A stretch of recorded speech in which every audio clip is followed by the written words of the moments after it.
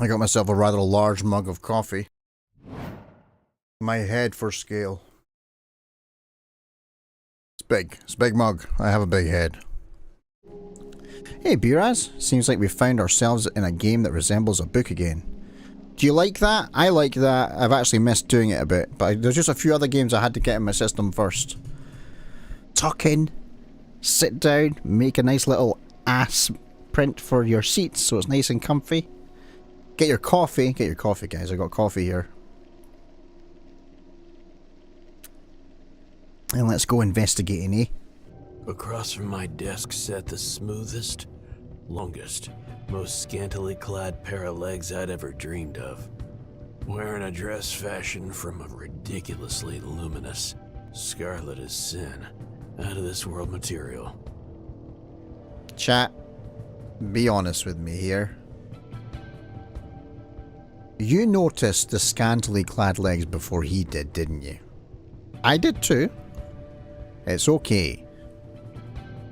But I didn't notice the details about the material. I was too busy staring at the legs.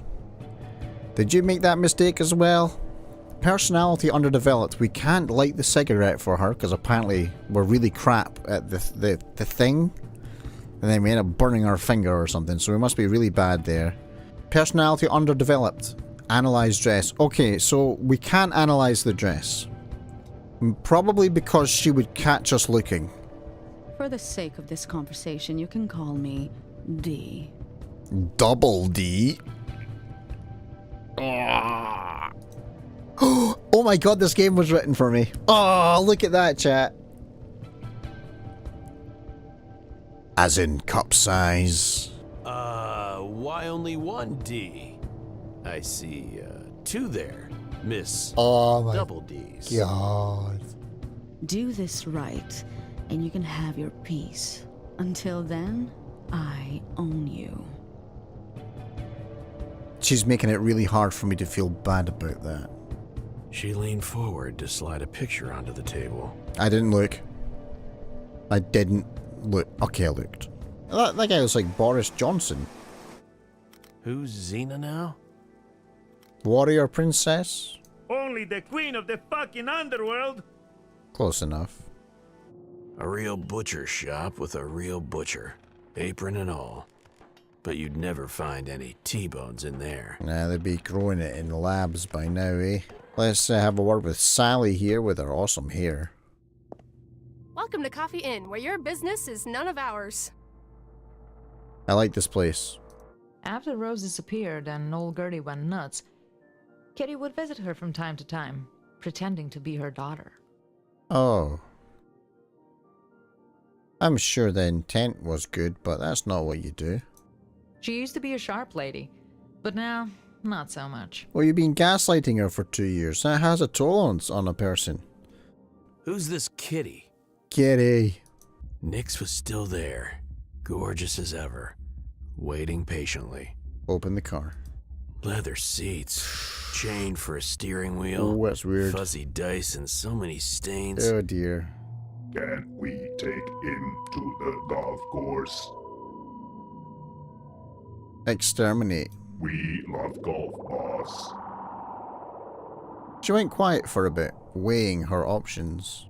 It definitely isn't an actual golf course. I have a job for you, Dick. My name is not... Oh, I see. The largest possible cauldron is needed for this rancid, never-ending stew that humanity has turned itself into. As we ascertained in the last stream, Johnny here, very optimistic guy.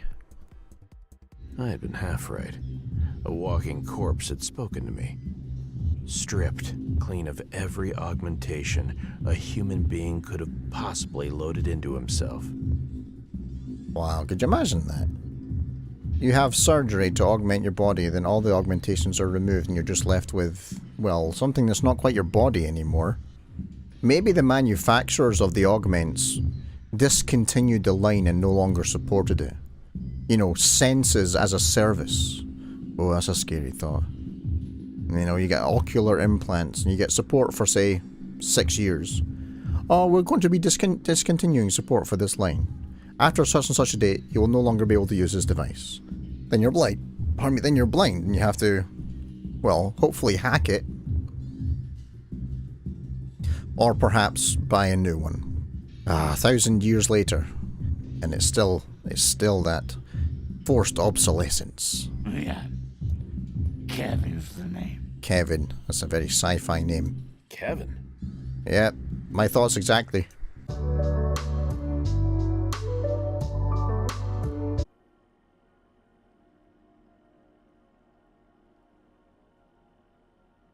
Let's continue. We've got a new point of interest. Kevin, he can take me to the baths. I don't know why I would want to go to the baths with Kevin, but we do need to find the priest in the baths, and I don't know why I want to go to the baths with the priest. The bartender slapped me back to reality. Then, silence. Shh. He's not wrong. The hysterical, self-important sprouts we see today may easily become worse than the tyrants they overthrew. Did you know that? Well, it's a tale as old as time. It's one of the oldest lessons in the book. God damn it, this guy is me. How many times has that happened in this playthrough, eh? How many times? I should be a detective in real life, eh?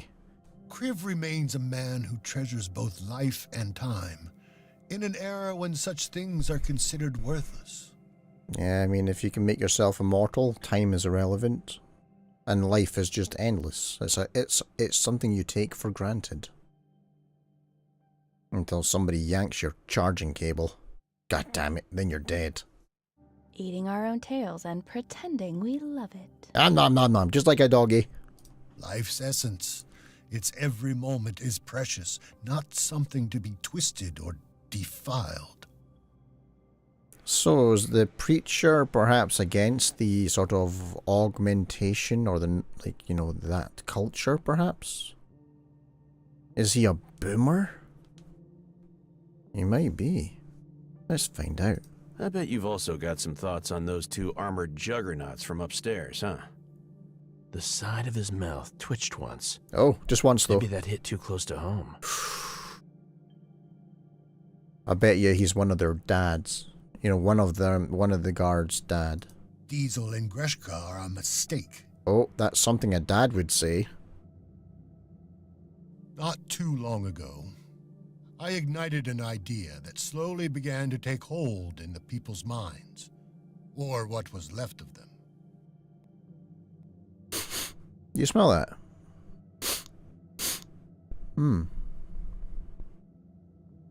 Faint whiff of a cult.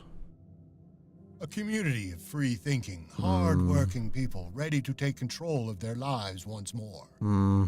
Well, this is the rhetoric I'm familiar with. Engineers, craftsmen, intellectuals, philosophers, artists, truly inspiring individuals. But others as well. All are welcome here. Alright. On some level, it's a little bit less culty now, I think. You know, on some level, a lot of those character traits there that he listed are truly free-thinking people. And the catch is? You must join the cult. Watch this, watch this. To cleanse their minds from the ceaseless deluge, the addictive drip of trivial delights and easily digested morsels. One must cut the tether to their NINs and all other technology. Okay, I got it wrong. It's not the cult. It's the Amish. You should at least attempt to help your friend before he does something irreversible. Yeah, I mean, he already put permanent marker on the fridge, and I think that's where I'm going to draw the line. It's time to act. You know technology better than most anti-tech people I've met. Why do you think he's anti-tech? That's a thing that I think a lot of people don't seem to understand. I've met a number of developers in my life who are like absolute wizards with code, but you will see them use physical objects for security. You know, like they won't use like a smart lock or anything like that, or a key card system. They will buy a physical lock. But at the same time, people who are like locksmiths and stuff like that, they will use tech solutions, not knowing how they work because they know how the physical solution works. The more you know, the more you realize, wait a minute, this is a really bad idea.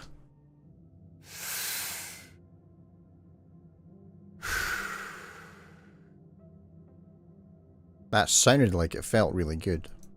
These two looked almost peaceful, sucking precious juice from their chargers. Terrifying nonetheless, but for the moment, pacified. This is the time to draw Hitler moustaches on them both. I don't think we'll get away with it though. They made a deal and... Calm down. If it was consensual, nobody's in trouble. Spill it. Okay, maybe they are. The free guys phased out instantly. Oh. But Lucy and I, we hit it off. Started making out and our worms connected. Your worms. Oh, I'm thinking that this is a discovery you weren't planning on making. Hey Lars, are you kidding me? I am not. I saw it with my own eyeballs, or at least I had it explained to me, and then it made sense with what my eyeballs did see. His ears flattened against his head, irises narrowing into slits as his feline eyes locked with mine. His head tilted slowly up at me. Like Puss in Boots in the first Shrek movie. What are you saying, Kuraz detective? My boy's dead? Just the wrong accent, that's all. I pulled out Dee's gadget. I had expected a device bristling with buttons and switches. Instead, I faced an even greater enigma. Oh no. No interface at all. Oh man, it works through positive thinking. Oh, I don't have a lot of that. Sugar lumps.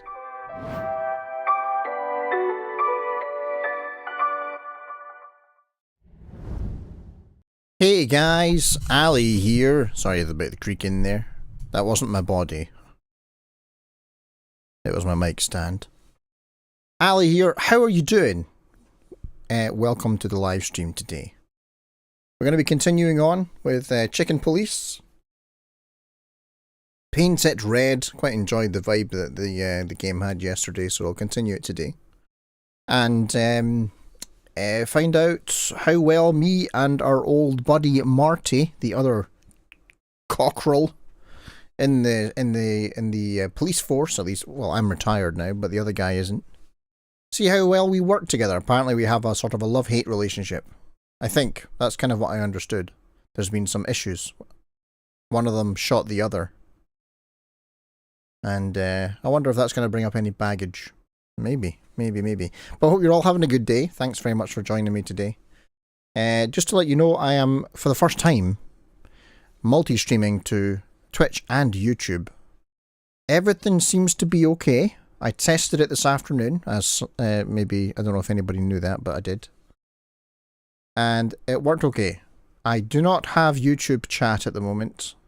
This obviously would be a lot easier if I used a screen over here. I have a screen here instead, and obviously there's my main screen here. And I do have a spare screens, but I don't want to set them up because, well, I can't be bothered, and I really don't need that screen real estate for much. That's why I have a tablet here, and this is where I talk to you guys in the chat. I need to work out how to combine Twitch and YouTube chat so that I can make sure I'm talking to everybody. And so I'm going to be kind of burning the midnight oil on that for the next few days until I can work out a solution. This screen here that I'm in at the moment, this is what I call my talkie screen. I like my talkie screen. It's quite good. Makes me look good. I'm going to change it slightly soon to accommodate the multi-chat thing. I know I'm trying to please as many people as possible here, and of course it's impossible to please everybody, but Twitch has this TOS clause where you can't have chat from other platforms on the same in your Twitch stream, which is fucking retarded, by the way. But putting that aside, I obviously don't want to have chat of one part of a conversation on the screen for those who are obviously watching it passively. It'd seem a little bit odd.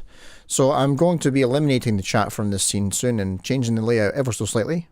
And then moving on forward from there. That way, I'm the only one that has to worry about the chat. Just saves a number of headaches, especially as I roll out onto other platforms as well. I'm doing this in steps until it becomes a little bit burdensome. And then I'm going to roll it, kind of roll it back a little bit until it's kind of more comfortable again. But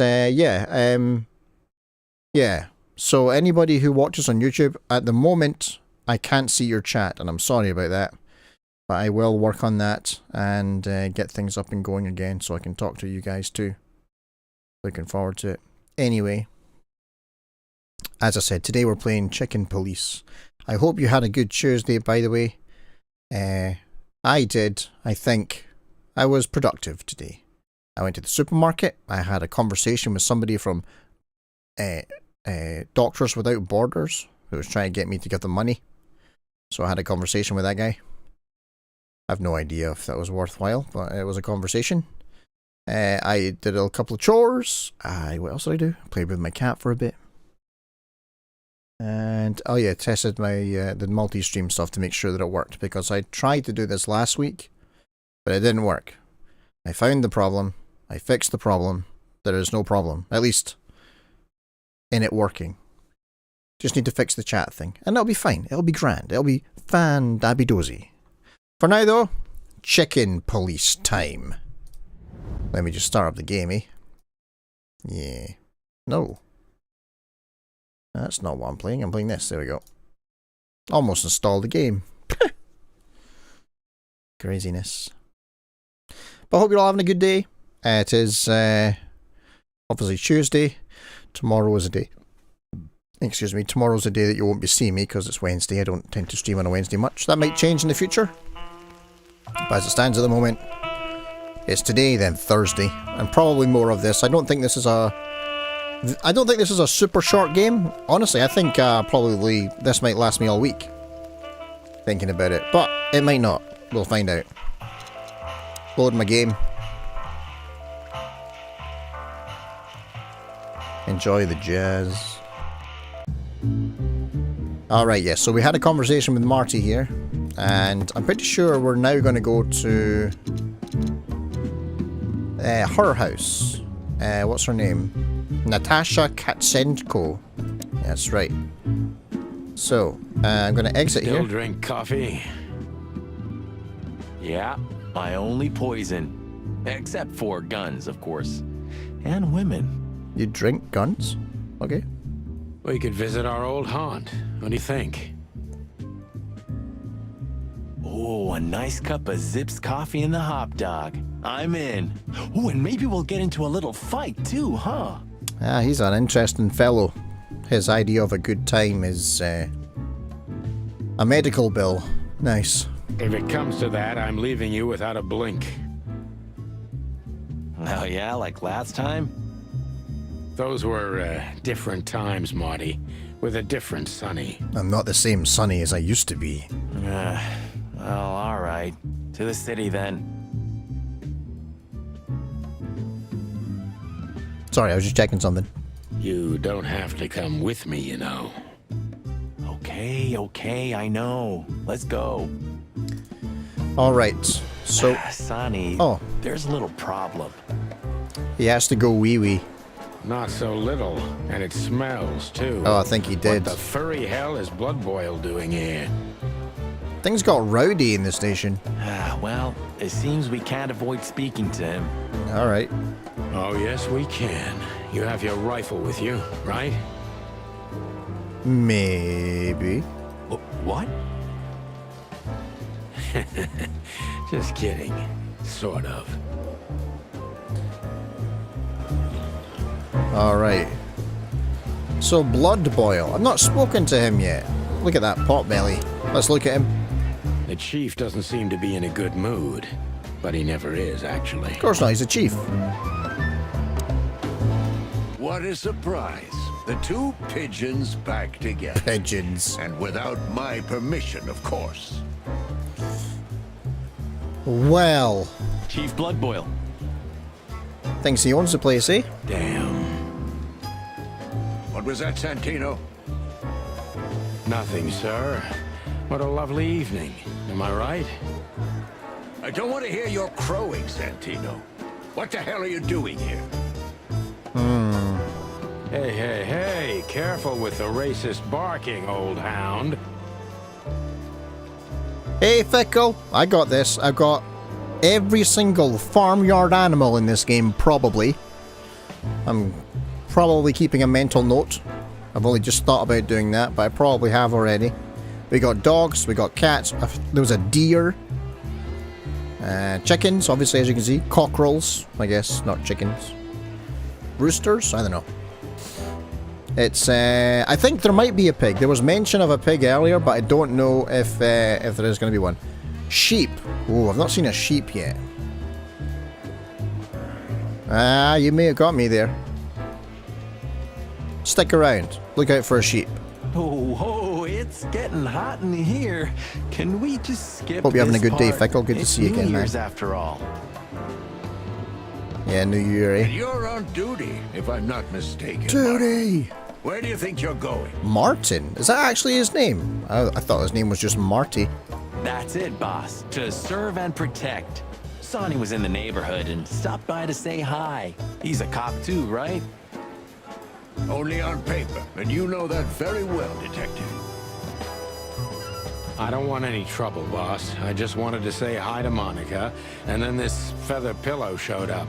I invited him to grab Feather a quick pillow. coffee. You can allow him that much, Feather can't pillow. you? Your coffee breaks usually end up in shooting or brawling, chickens. And alcohol. Oh, just a coffee, boss. I swear. Oh, have a heart. It's New Year's Eve, and I haven't seen my old partner for so long. I wouldn't believe him. How touching. You shot him with a shotgun, if I remember. This is a detective game, right? If it doesn't have a red herring, I will be disappointed. Oh, well, we're quite early on in the game yet, so I don't think we've unraveled enough of the mystery to find those. And be led astray. Looking forward to it, though. Being led astray. For all the marrow bones of the world, get the hell out of my sight! Are red herrings farmyard animals? Have a lovely evening, boss. You especially. Fuck off right now, Santino. Damn, that is potty mouth for a doggy. Alright. I've got a few things to read here, so we have some new locations. Can't avoid speaking with the chief first, and it would be nice to say goodbye to Monica, too. Okay, so we already spoke to the chief. We need to talk to Monica. Again, she's the main receptionist in the building. It's a fish. I know that. Farms have ponds sometimes, so technically yes. Oh. I don't think I've ever seen a farm with a pond. Right, so new people. Who have we got? We got Blood Boil. He is a dog, obviously. The chief is a real legend, also hates me. Nice. Personal info. He is my boss and the living statue of justice. He is tough, ruthless, and above all, unbribable. So he says. And of course, he's a racist bastard. But still, I don't want to be here when he retires, to witness how chaos devours Clawville for good. Man is a bastion of the community, I think. Zip is a raccoon, so he's dodgy. Alright. An old enemy who became a good friend over the years. Alright. Places. So we got the Hop Dog, which is apparently their old haunt. The place is famous for its exceptional coffee and the exceptionally frequent whims that take place around it. Well, it's not an assurance of life operating any joint outside of Roachtown. That's true. Yeah, the Tsar Club, I already know about this. I don't know why that came up as new. Right, oh, there's Monica, gonna say hi and bye.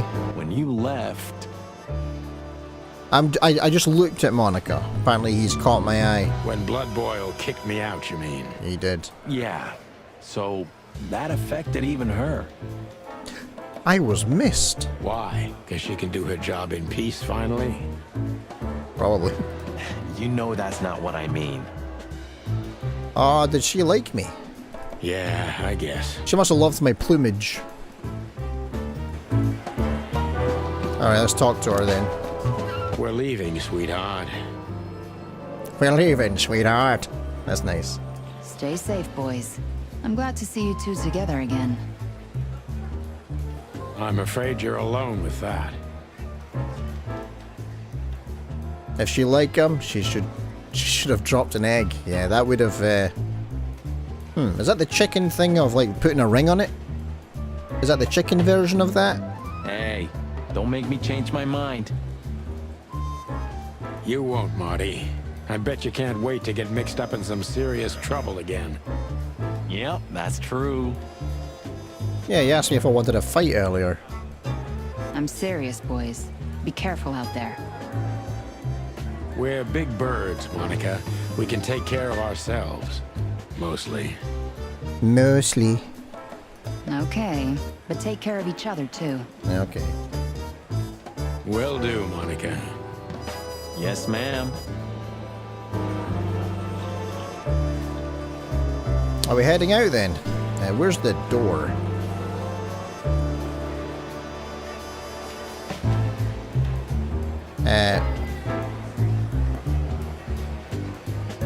How did I got in here from...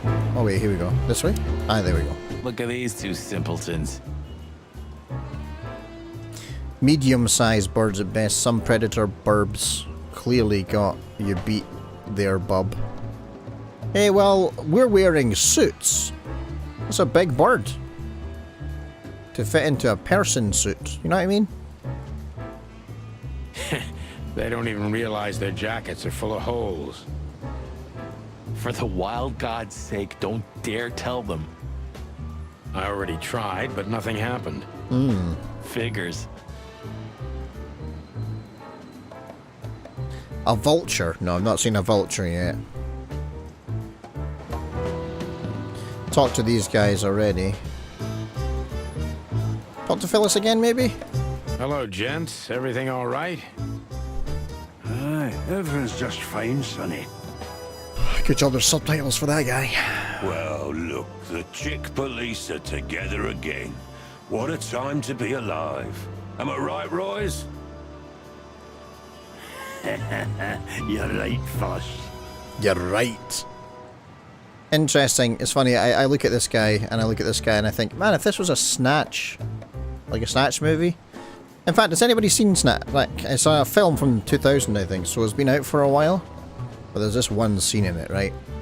Where I believe they've stolen a car, and Tyrone says that he wants to drive, and the other guy, there's 3 people in this scene, I've forgotten all their names. I need to watch Snatch again soon. But he goes, Tyrone, he is like a professional rally driver.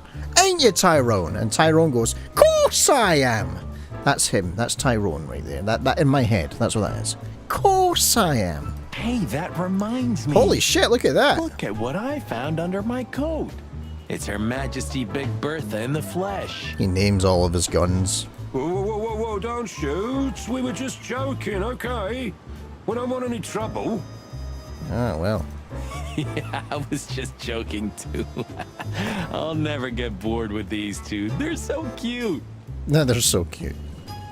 I wonder why they thought you would shoot at another cop. Yeah, I wonder. Because he already shot me, that's why. Hey, it's just happened once, okay? Am I right, boys? You're right, Marty. And we all know it was an accident. See?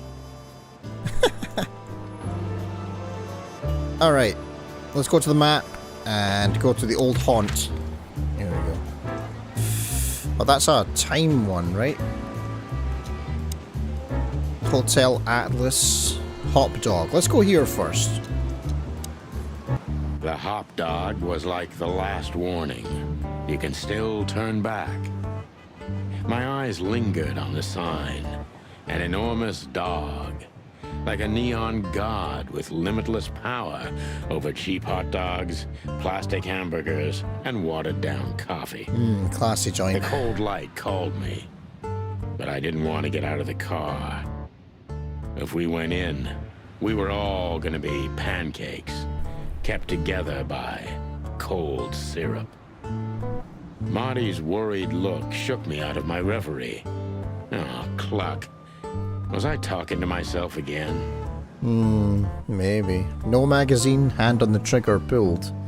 It's alright, it's chicken. And guns are made for people. He has no idea what he's doing.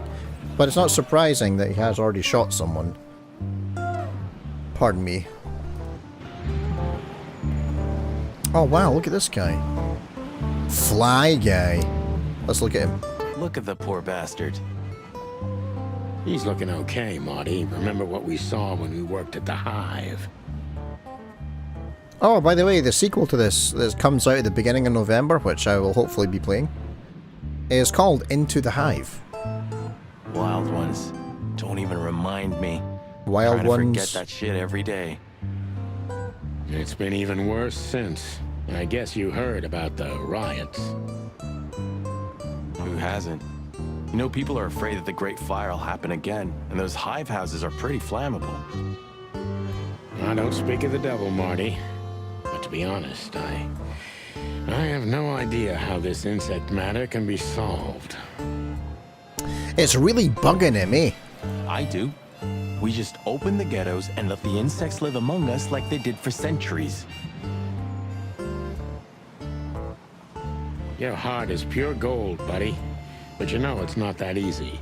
Clawville isn't what it used to be. No. It's full of chickens now. Alright, I'm going to talk to this guy. Hey, pal.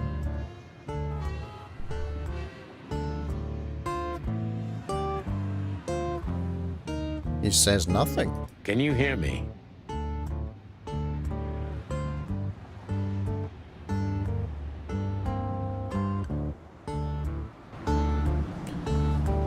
He either can't hear me or does not give a crap. Oh, we don't serve bugs here. Of all that's furry. God damn.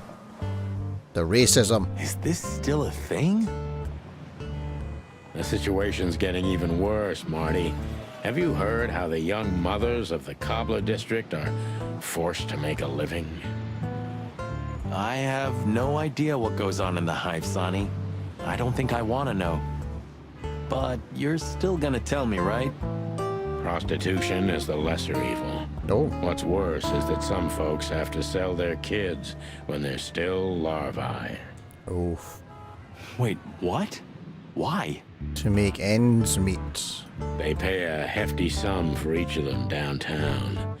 They sell them as gourmet food in the most expensive restaurants. Oh my god. Hey, Paterby. No ping, no mail. Oh, did I not put it in Discord? I thought I did. Oh, I did. Oh, I didn't do that, everyone. Oh. I'm dumb. Sorry.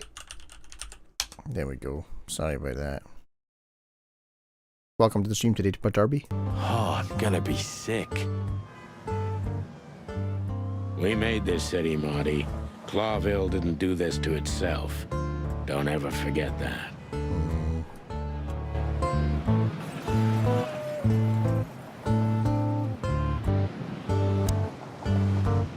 Some tough times. I'm gonna see about this old car here. I like old This cars. wreck belonged to Zip?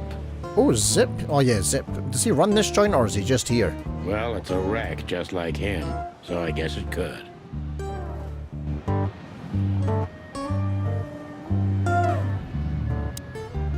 Ugh, the place is deserted. Poor Zip. Business is down, eh? You're right. Yep, the guy's middle name is Bad Luck. What's his last name? That's for sure.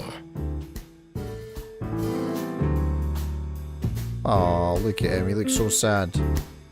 Gonna check out the scene from the left. Gonna go for the jukebox. What we got here? Not all cops are pigs. Can I press that button?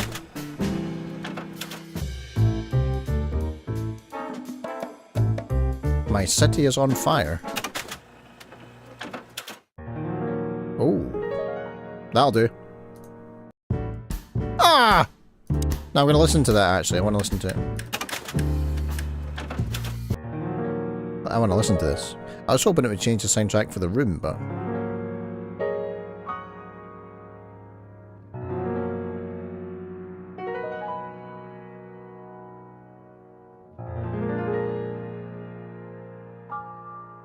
Pink.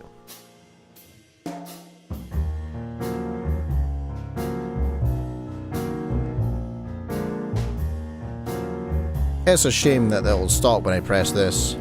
Ah, God damn it. Let's look at the poster here. Caston Mavis. Fly with me, baby. The new star of rock and roll. And voila, the master himself. What a finch. Sonny, he's a pigeon, not a finch. Don't make me angry, Marty. Are you correcting my spelling? Okay, I was only joking.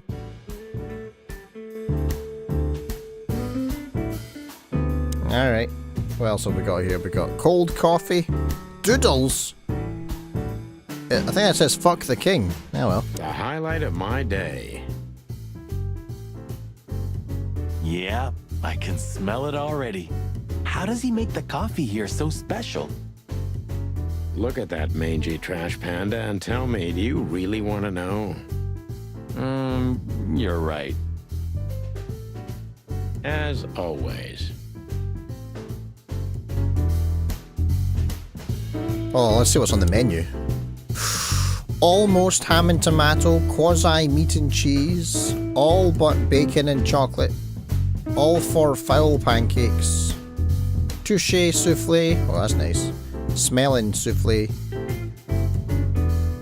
grass dog, savannah style, step burger,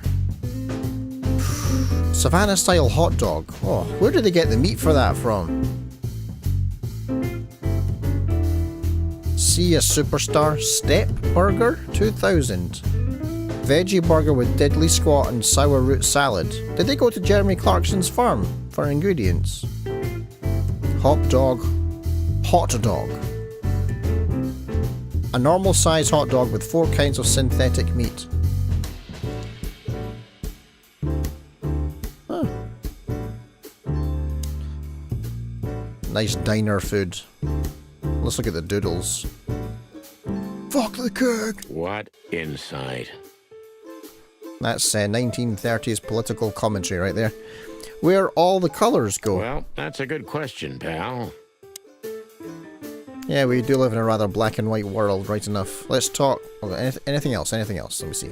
I'm not going to go through the door. The door didn't look like this last time. Yeah, because last time you tore it out and beat that baboon with it. Oh yeah, I remember now. So that's why Zip remodeled the whole place. There's baboons in the game. He had to. We didn't or at leave least much it's of it mentioned. standing. If I didn't know how nice we are, I'd almost hate ourselves. Welcome to the club, partner. Alright. Okay, let's talk to Zip. We're gonna look at him. He looks sad. Look at his eyes. He looks kind of sad. Look. He sure didn't get any younger. Yeah, he looks a bit worn out, eh? Or prettier. Oh, that's a bit mean. You think he's still mad at us? Frankly, Marty, I don't give a damn. Ha! Nice. I forget what movie that kind of line is from, but it's a good, nice little Easter, you know, tip of the hat there. That door is, the glass is broken in it. Alright, let's talk to Zip then. Hello, boys. Now, get the hell out of here while I'm asking nicely. Oh, God, he remembers me. Hey, is that how you greet two old friends? Hey, I'm not joking, Sonny. I got a shotgun under the bar. Alright. No, you don't, because if you had, we'd arrest you here and now. That's a free country. If there's still life in you when you're full of buckshot. Oh, damn. It's going well so far. We're just here for a coffee, Zip, okay? Like old times. Just a coffee. Nothing's like old times. Haven't you noticed? Yeah, as a matter of fact, it's quite noticeable. Shit. All right. And where'd you blow in from? We haven't been anywhere yet, but we're going somewhere. Yes, we are. We're gonna see that cat lady. Everybody's going somewhere, right? Except from you. You look like you're standing still. Tell me, how much do you know, Zip?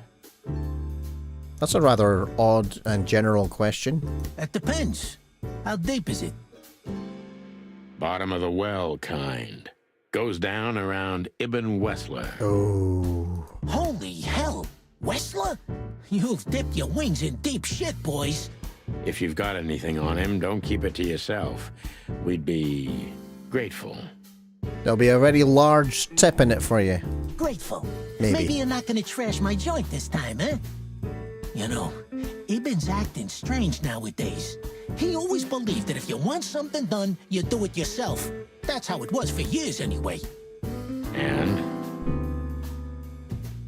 But now, he left his real estate, the fish racing clubs, the casinos, and the bars to his right-hand man, Mongrel Mick. And ever since, he's been kinda weird.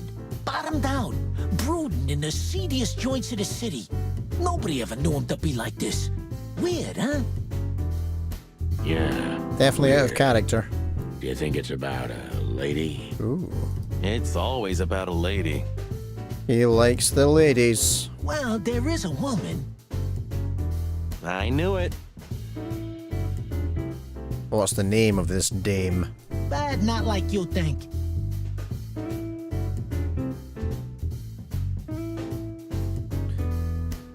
It could be an animal woman, to be fair. Is this gonna cost much? Only a favor, like the good old days. Okay, I'm in. Alright, hold on a second. Got a few things to look at here. In the Codex, we got the Hive. Oh yeah, cool. Roachtown Cobbler District. The Cobbler District, also known as the Hive or Roachtown, was once part of the city, but then became a walled-off ghetto, where 90% of the city's insect population is forced to live. Currently, the biggest threat to the city are the riots in the Hive, that have almost driven the city-state to the brink of civil war multiple times. Shit. The Great Fire of Clawville. Not long after the meat war of the following economic crisis of 893, alright? A fire almost destroyed the entire city of Clawville. Originated in the Ratwell district, not even the River Thames was able to stand in its way. It was fiery hell incarnate, after which the city had to be built up again almost from scratch. Mongrel Mick. Mick the Marauder. Mick is one of the most infamous henchmen of Ibn Wessler, known by many rather scary names, thanks to his cruel nature. Sonny and Marty have crossed paths with Mick before, and it took a lot of effort to get out of those encounters with feathers intact. People stuff. We got new stuff on Ibn. The new thing is, he's been acting quite strange recently, as if he was trying to withdraw from his own shady business to live a simple life, with simple pleasures. Sounds like my kind of guy. That wouldn't be a problem in itself, but it just isn't like him. Who else did I get intel on? Oh, Zip. 2 new things. He used to be a small-time criminal, but the underworld pushed him out. Now he makes the best coffee in the whole city in a rundown roadside rest area. Oh, and he also proved to be a rather useful police informant. He's also probably small too. Zip is getting old. He still has his connections. It's worth questioning him about everything, but time has had its way with him too. Maybe he's a little cynical. Alright, question time. Oh, I clicked on the menu by accident. How is that the menu, by the way? Clicking on his head. Menu. Zip. Okay, I'm going to ask him some questions. Now, if I remember rightly, I need to pay attention to his character traits to know where to push his buttons. Ask about the SAR Club. I have a lot to ask him about. I don't know, you can't see all because I'm kind of in the way, but we've got 5 things to talk to him about here. Have you ever been to that place? That's the SAR Club. Of course, 100 times. Everyone who matters in this city's been there. Sorry, guys. But then, it had a different name and a different owner. Business affairs, right? Yeah, that was the dark era, Sonny. I don't want to talk about it. Roger that.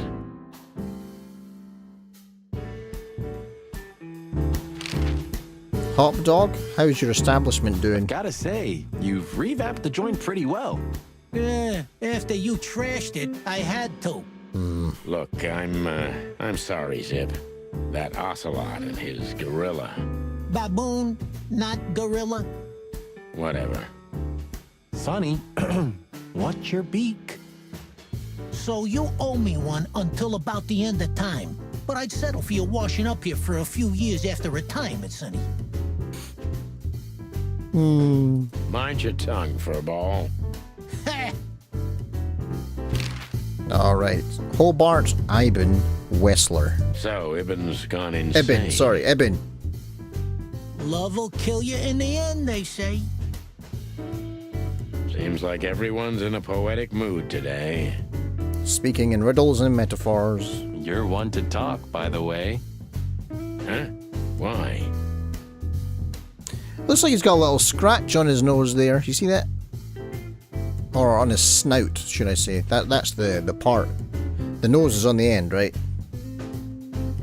Like a dog. Alright. Natasha Katsensko, we're going to talk to her soon. So, about that woman. Is she really that dangerous? What woman isn't, huh? Oh. No, Zip. I mean, really dangerous. She's got the most influential gangster of the city wrapped around her finger. She calls him her little furball. How dangerous do you think she is? Oh, she has balls if she thinks she's not going to get executed for it, so I'll give her that. And Zip Murphy. I'm going to talk about Zip. You didn't get any younger, pal. Nobody does. You're telling me? You look like you haven't had a good night's sleep since forever. To be honest, I've never had a good night's sleep in my life. You will when the big sleep comes. Oh, I'm sure he's waiting for it. And what are your plans? Dying behind the bar? Of course. You got a better idea? Not dying behind the bar? Just, spitballing here? A couple, yeah. But somehow this suits you. You know what? Your mother's a goat. Clearly, that is not a factual statement.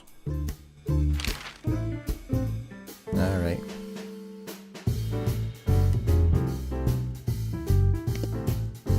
We got one new detail for something. I forgot what it was. Oh yeah, for Zip. Zip was delivering information for Eben up to a couple of years ago. He was already working as a police informant then. So he may have been reporting to both sides. This sneaky little bastard. There we go. Alright. Are we gonna talk to him anymore? That Natasha's a mysterious woman. A real cursed jewel, if you ask me. She came out of nowhere 2 or 3 years ago and landed on the stage of the Millions almost immediately. Is that so? Interesting. Yeah, she's got a fantastic voice. Makes men go crazy. But we all know that's not what's important. Then suddenly, bam! She got the whole club. Just like that. But we know exactly how it was. There's some dodgy dealings going on behind the curtain, I think. I can imagine, yeah. Since then, it operates under the name the Czar Club, right? The old click is still clicking, right? Yeah, the club was renamed and remodeled. Everyone knows she was Ibben's lover, but she's not your usual canary. She didn't get involved in Ibben's dirty dealings. So she says. Then how exactly does she fit into the picture? Check this. A few months ago, the old rat pulled out of his own businesses and gave control to Mongrel Mick and his mob. What? Mongrel Mick? Doesn't sound familiar. We were talking about him earlier, were we not? Mick the Marauder, ring a bell? Yeah. It is Marauder. It's spelled Medora. Medorer, sorry, in the codex thingy. Damn, that little monkey came this far? He's a monk. Oh, the gorilla. The gorilla. I think that little shit took advantage of Ibben not being himself. Which has something to do with this Natasha, right? That's my guess. Thanks for this straight dope, Zip. We owe you one. One? You owe me the price of a new coffee shop, remember? Nah, we'll spend it here, don't worry. Okay, whatever you need. just call us. I clucking will. Thanks, pal. Hey, I'm not your pal, Marty. No. You're just his patron.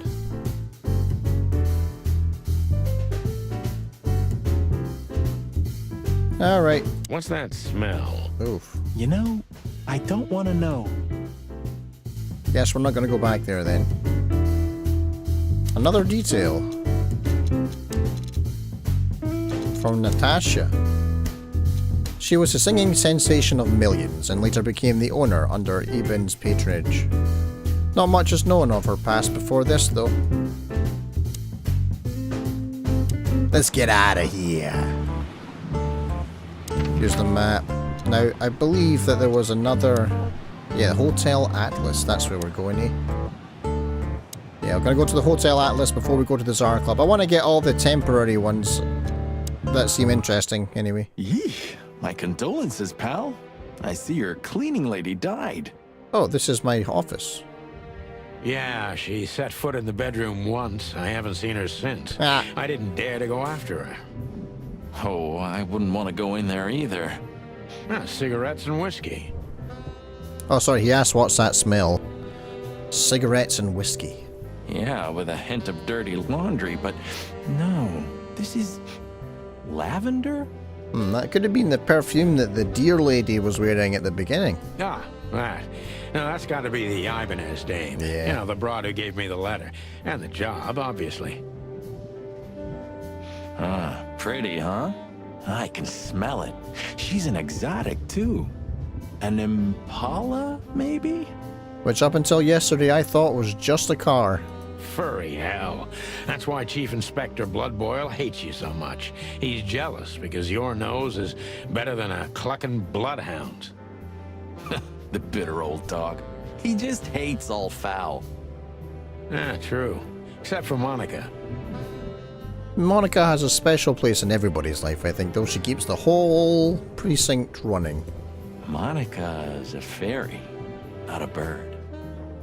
She's a hummingbird. Well, let's gather my stuff and head to the club. We gotta find out who this Natasha is and what she wants from us. I mean, what she really wants. After you, Boss Bird. I wouldn't like to touch anything in here anyway. If it's okay, I'll just stand around and stare out the window. Alright. Sure, just do it quietly. And don't touch anything, not even the glass.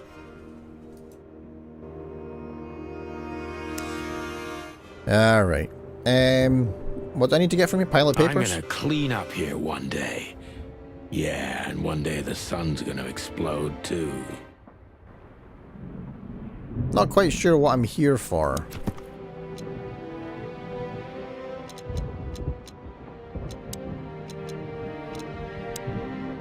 Why would I be here? I didn't go into the bedroom yet. It would be best to board it up. It'd go well with this rundown neighborhood. Yeah, he did say at the beginning that he didn't want to go in there. It may be run down, but somehow I still feel like it's honest. Sure. You could live in Cockroach Town. That's an honest place, too. Has a similar stink. Believe me, Marty, I thought about it. Why am I not surprised? When was the last time you slept in your bedroom? I don't know. I guess I'm not going into the bedroom then. I don't then. recognize it anymore. You're hopeless, boss. I guess you're right.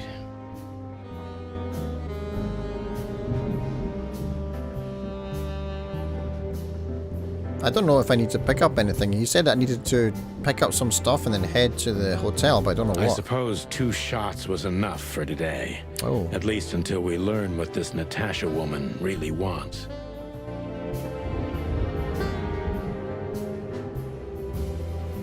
I guess we're gonna go just to the Tsar Club then.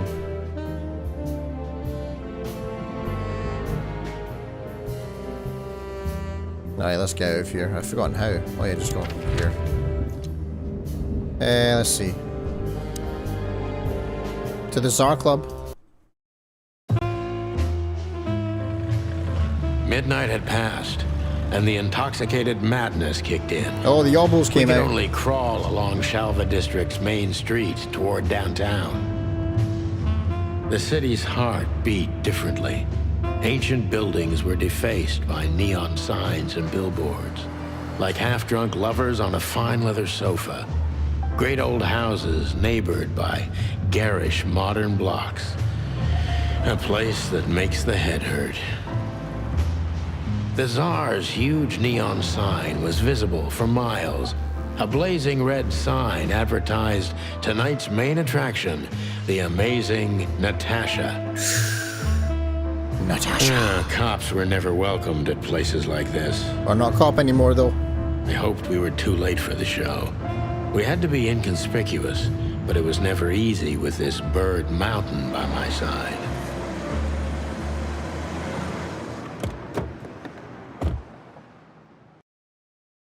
Ah, so this is the famous Tsar Club. More like infamous, Marty. It's not for our kind, that's for sure. And I don't mean that they don't like foul here.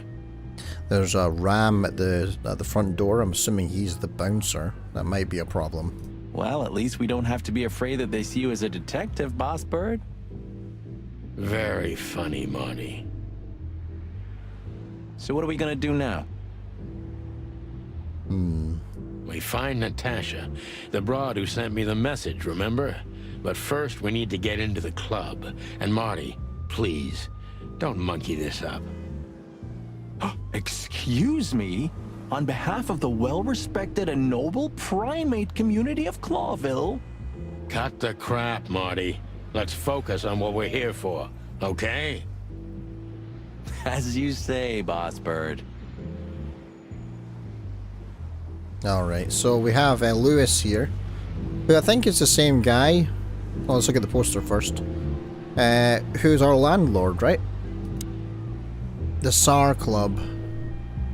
In the most colourful club of the most colourful city, my city is on fire. Brand new hit from the Queen of the Nights. You know, seeing this, I can't wait for the show. The girls? The ladies. New Year's Eve's once a year, right? And we're not on duty. Have I asked how Laura's doing? She's just downstairs. I'm sure she's doing great. Whoa, hey, I was just kidding, okay? My relationship with Laura is unwavering, like the rhino beauty on this picture. Yeah, she's got a lovely horn. Interesting taste you've got. Feathers, scales, or dermal armor, a lady's a lady, my friend. Is he one of these every hole's a goal kind of guys? God, I hate those kind of guys. I don't hate them, I just dislike them strongly. Thank the wild gods for self-sacrificing gentlemen like you. Alright. I'm gonna talk to Lewis. I'm pretty sure that's my landlord guy. Why is he wearing black gloves? It looks like he's about to commit a murder. Hey, that's your old friend, right? Oh, maybe not. Wait, what was his name? Lawrence? Lamar? No, Liam. Lewis. Yes, it's him. It's not the same guy, I don't think. To be honest, Sonny, I always thought that guy's not all there in the head. Nobody's perfectly sane in Clawville, Marty. But if not for this old rabbit, I wouldn't be here today. I'll never forget that. Should I thank him for that? Or kill him for it? You're reading my mind, boss. Can I talk to him? Yeah, I can talk to him now. Sonny, my dear friend. Oh, so this guy has a stutter as well. The landlord guy has a stutter, but I can't remember his name. Hi, Lewis. This is my partner. But I'm sure you already know. You have no idea how happy I am to meet you, Mr. Marty. I'm a big admirer of your work. It's always nice to be appreciated. Pleasure's all mine, Lawrence. Lawrence? Anyways, so the legendary chicken police back together? Isn't it amazing news? Don't ruffle my feathers, Lewis. Those days are long gone. We're just here for the entertainment.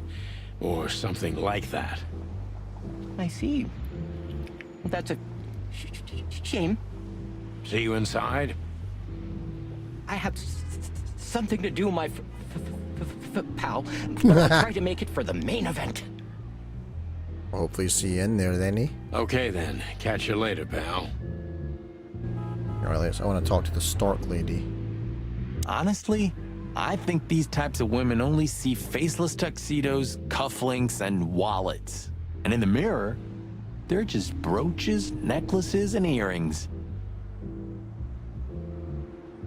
Don't be so radical, Marty. They're women. They live by different rules. That was kind of deep. No, I just think it was, you know, true. It's not. Just bullshit. There's more where that came from. Oh, plenty of bullshit. Ooh, teach me, master. When you're old and wise like me, you'll realize none of it is worth a damn thing. Yeah. Wait, that was deep again, right? Probably the only deep thing. Maybe it was, Marty. Maybe it was. Amazing. Wow. Let's not bother her. Okay, boss. So we're not actually going to talk. Let's not bother. Okay, boss. Oh, fancy car. Newspaper. Ooh. Do you remember when the Clawville Chronicle was a really high-quality newspaper? You mean when they wrote something about us daily? Yeah. What exactly happened to them? Oh, they got bored with us, Marty. And to be honest, so did I. The fleeting life of fame, huh? Fleeting as it is. But still, here we are working together again. Funny, huh? Slightly comical, yes. Yeah, hilarious. He's not really on board with banter, is he? Advertisement tower. Alright. Huh, I like this. It moves and it lights up and it's shiny. Why is that? I don't know. 'Cause it's moving, I guess. You're a simple bird, aren't you? Simple in all the important ways. Yes, I am. Alright. Alright, let's look at the fancy car. Oh, the sign. One day, neon signs will cover the whole world, I'm telling you. That is the cyberpunk promise, isn't it? Still got to get there, though. You read that in some kind of science fiction book? No, it's just what I think. Oh, so you have your own thoughts now. The world's really moving forward. Hey. Pluck off, Sonny. You should be praising the man for thinking for himself. It's a rare thing in this day and age. Whoa, look at that. Isn't that the new... I don't know, what is it? It is, Marty. A brand new 942 Silver Hawk. Haven't seen such beauty since I left Averia. That's either a lady or a place. Of all that's furry, whose is it? Maybe it's Ibn Wessler's. I guess he's no paper tiger. Yeah, he sounds like a fellow who drives around in one of these. Lucky bastard. Alright. I guess we're going to talk to the bouncer then, see if we can get into the club. Jeez, look at that guy. Pardon me. That's not a guy. That's a demon. Straight from the dog-eared pages of a cheap detective novel. I'm pretty sure it's like a ram or something. Yeah, I bet his name's Bill. Nah, he's definitely a Bob. I think he's a Jimmy. $5 for Bill? Okay, I'm in. No bucks for Jimmy then. I guess I've been left out. Let's talk to him. Howdy, pal. Gentlemen, how can I help you on this wonderful chilly night? Is Vickle still here? I guess this is as close to a sheep as I've found. But the French accent is something I wasn't expecting. We're expected in the VIP lounge. My apologies, but I don't remember ever seeing you gentlemen here before. May I ask? You may. Stop right there, big guy. I get it. Yeah, I know exactly how this works. So what do you have to do to get in? Sorry, Team America World Police just flew through my head there. You can suck my cock. Haha, just kidding. Nothing's easier, sir. Are you on the list? The list? Yeah, I've, don't tell me you forgot. I was supposed to, like, pre-book? Was it a reservation only night? I didn't know. I'm afraid I did, Marty. Sorry, big guy, but I'm pretty sure we're not on the list tonight. That's a shame. I'm really sorry, sirs. In that case, you can't come in. Yeah, right. Thanks. My pleasure, gentlemen. What is it going to take? Oh, apparently I can ask him, but I've got some new intel here, so I'm going to check it out. The Clawville Chronicles. The Clawville Chronicle is the most read and highest quality newspaper in the city. It's so famous that it's also being read beyond Clawville's borders, and not just in the colonies. This was the paper that first published an article about two heroic roosters, aka the Chicken Police. Damn it. They're reading yawns. The article was written by Timothy Saltwater, the Seagull journalist who has since become somewhat a legend himself. Anything else? There's another code. Oh, here we go. Averia. Ah! It's a country, okay. A country inhabited exclusively by birds. Its picturesque modern place governed by a democratic parliament. Probably owls then, yeah? Yeah. It's bordered by two seas, and its economy is built mostly on air transport, commerce, and its aerial military. The country's on neutral terms with almost every other nation, and except for the Great Meat War, had kept this standpoint all throughout known history.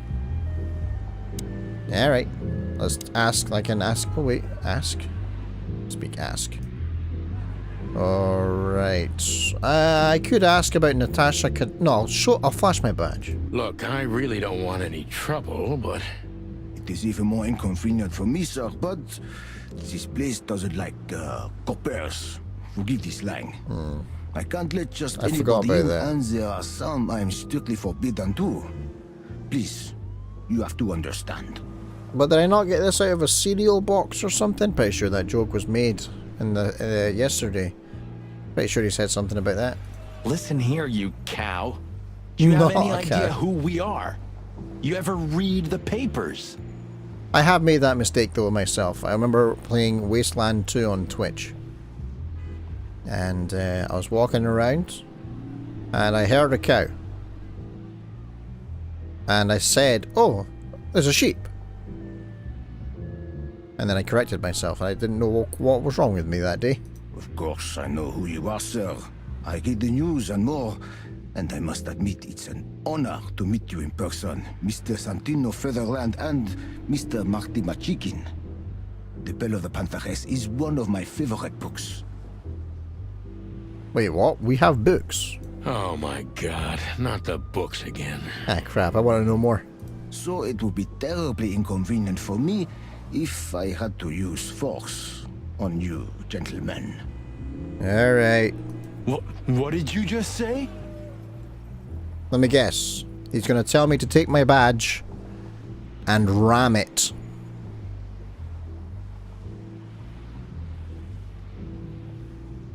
Right? Relax, Marty. This guy has chicks like you for breakfast. Thanks for the information, pal. Have a nice night. Crap, how am I going to get in? Thank you for understanding, gentlemen. And forgive me for my austere composition. There he is, using those French words again. No problem, Shakespeare. Alright, Lewis C. Hayworth. Say, big guy, you know Mr. Lewis Hayworth? But of course, Mr. Hayworth is an impeccable gentleman, and also a frequent visitor of the club. Is that so? Good to know. And? I'm afraid that is all, monsieur.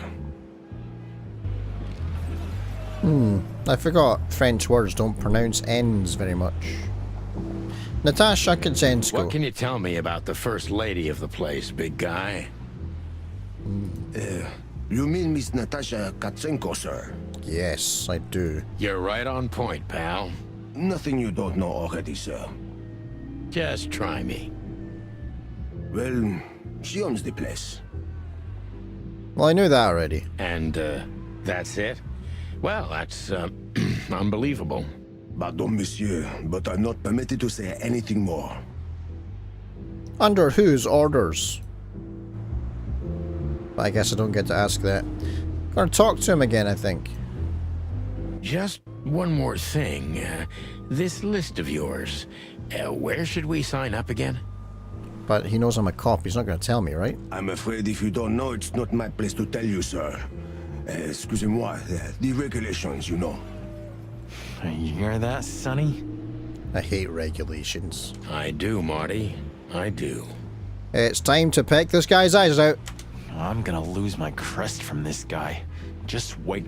Oh, it's a nice looking crest, though, eh? Just don't get too excited, Marty. Not tonight. Anyway, thanks, pal. Well, cock. I wonder if Lewis can get me in. Impeccable gentleman, right? That's quite a reputation to be able to build for yourself, especially with a ram. Look, Lewis, that bouncer over there. Well, yes. He is a bit intimidating, but his manners are impeccable. Am I right? Yeah. Yes, indeed, but it seems tonight we're not on his list. Can you do anything about that for me, bunny man? Oh, I see. I thought you would. Oh, I get it. I get it. You'd like to go in, but he won't let you. Yeah, something like that. No, no, no, no, no, no problem at all. Come with me. I'll talk to him. What a nice bunny. Much obliged, pal. Oh, here we go. Yeah, thanks, Bunny. Excuse me. Oh, okay, so maybe bunny is derogatory in this world. Ah, jeez, what the hell's wrong with you, Marty? Bugs? Should we call him Bugs? What? Did I say something wrong? Alright. Do I go back to the bouncer now? Ask. Talk. Sir, how'd you do? How'd you do? Everything's fine, Mr. Aworth. Ah, he's talking to him nicely, eh? Good. Look, this noble pair of pigeons are my friends. They're on the list, okay? Pigeons, I resent that. L'archulamont, sir. Oh, there's another French word. I don't know it. And as for you, you owe me one, gentlemen. Thanks, old pal. I looked at the subtitles there. I had the G-G-G. I was like, man, if he says giggity, I'm going to lose my shit. But no, I didn't. It was my pleasure to help you, as always. He's a well-trimmed, nicely sort of preened rabbit. Almost show standard aesthetics there. Look at that jawline. Oh.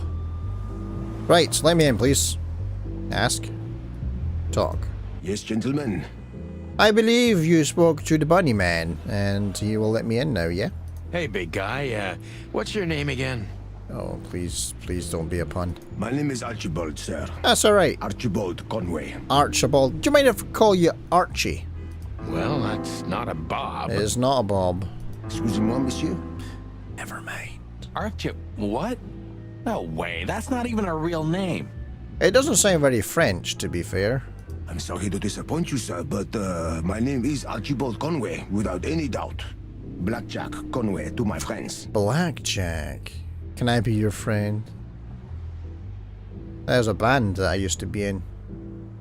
There was a track that we wrote once called Blackjack. Well, thanks, Blackjack. It was a pleasure. We'll be on our way now. Alright. The Tsar Club welcomes you, gentlemen. Brilliant. We've got in, guys. Now make sure to make, you're looking good, because I know I do. And so if we get kicked out for not meeting the dress code, it is not my fault. I think I'm going to sneeze.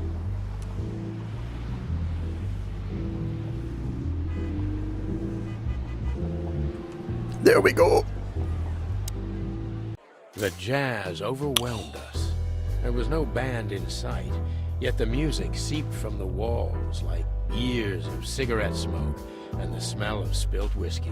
Ghosts. Behind the bar, rows of fancy bottles reflected the harmonious voices of pretty dames and the clinking of crystal glass. It was the kind of place that makes you drunk, even if you've never had a sip. A dangerous place for someone like me. No matter how alien I felt, it was strangely like coming home. Welcome to the Czar. Well, here we are. Mother Sounds like getting a of- contact high in a weed shop.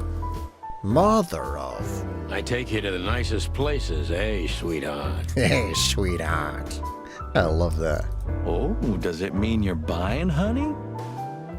I like the banter between these two. It's nice and... I don't know. Equally complimentary and confrontational. It's quite good. Make a good team. Don't even think about it. Oh, men these days. So, we're here to find a dame called Natasha. Yes, she's a cat. I have a hunch she won't be hard to find. Let's mingle and try to avoid suspicion. But she's not the only cat. That could be a problem. Just like always. No, Marty, not like always. This time it's for real. Alright, let's have a look.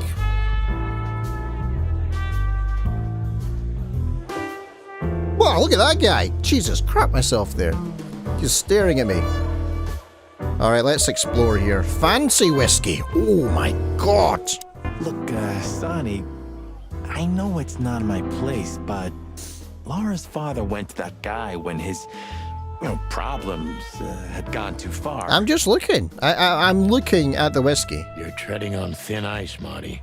Are you trying to tell me how to live my life? No, I just... Look, fellas at the station are talking, all kinds of things. Moses, Plato, Bosco, and the others. I don't give a crap about them. Talking, eh? About what? About why Blood Boil took my badge? About what an untrustworthy alcoholic wreck I am? This time in history, in the sort of noir 1920s, 1930s, 1940s, alcoholism almost came with a job, right? The very real danger of getting shot in a very not irregular shootout situation. Look, I'm sorry, it doesn't matter. Good, and let it stay that way. Can I get to know what the whiskey is yet, please? At least we're cracking this one together, yeah? Oh, you're wanting some. Oh, okay, I see how it is. You have a problem with how I'm living my life, but you'd like to join in anyway. That hypocrisy. Sure, Marty. I'll share my whiskey with you, you absolute turd. Yeah, this guy. Is this a kestrel? Is that what this bird is? Looks like a kestrel, eh? Gotta talk to this guy. I'll look at him first. Hey, there's Filmar. Filmar. Hold on. Is he not like a PI? Pretty sure we tried to the dear Ibanez lady. We tried to fob her off to this guy, did we not? Who? Oh yes, Filmar. Because that's what he calls himself, right? His actual name is Fallopian Tube. You know him well? We had some seriously wild cases together, yes. Oh, you saw it Mainly in together. Averia, way before Clawville. Another place and another life. Full of birds. Sounds good. Like the blurb of some cheap pulp fiction book. Hey, that's my life you're talking about? Yeah, it was the exact opposite. But the old bird's worth saying hi to. We're gonna talk to Fallopian Tube. Filmar. Well, well, if it isn't the great detective, Marlowe. Marlowe. Blow me, Sonny. You know I don't use that name anymore. Hey, the voices in this game are pretty good too. I like them. They're the stereotype, but for this kind of game, you kind of need it. Okay, Mr. Dumbass alias Phil Marlowe. Dumbass. So says someone who tried to go undercover with a Feather Pillow Mafia is a turkey. Right, Mr. Turk Cayman? That's not how I pronounce it. I say Turkeyman, as in, like, you know, a play on words. Hey, that was a long time ago. I was young. My plumage wasn't quite fully developed yet. There was no way you would know I was a real cockerel. And I stick to my principles and my stupidity. Phil Marlowe, and that's that. Don't rile me up, you old fart. You old fart. Okay, fair enough. Sorry, I'm a little clucked tonight. Aren't we all? I know the feeling, pal. By the way, what are you two doing here? You stick out a bit. Are you here for a good old-fashioned beating? We're looking to maybe get one in the VIP room. I'm told that the beatings are exceptional in there. We stick out? Man, you look terrible. Like someone who sat on an electric pole. Oh, damn. Don't even ask. I feel exactly like that. How do you know? You want a case? 5 feet tall, half of that legs. Angelic voice, demonic eyes, just the usual. Oh, is he after Natasha as well? Oh boy.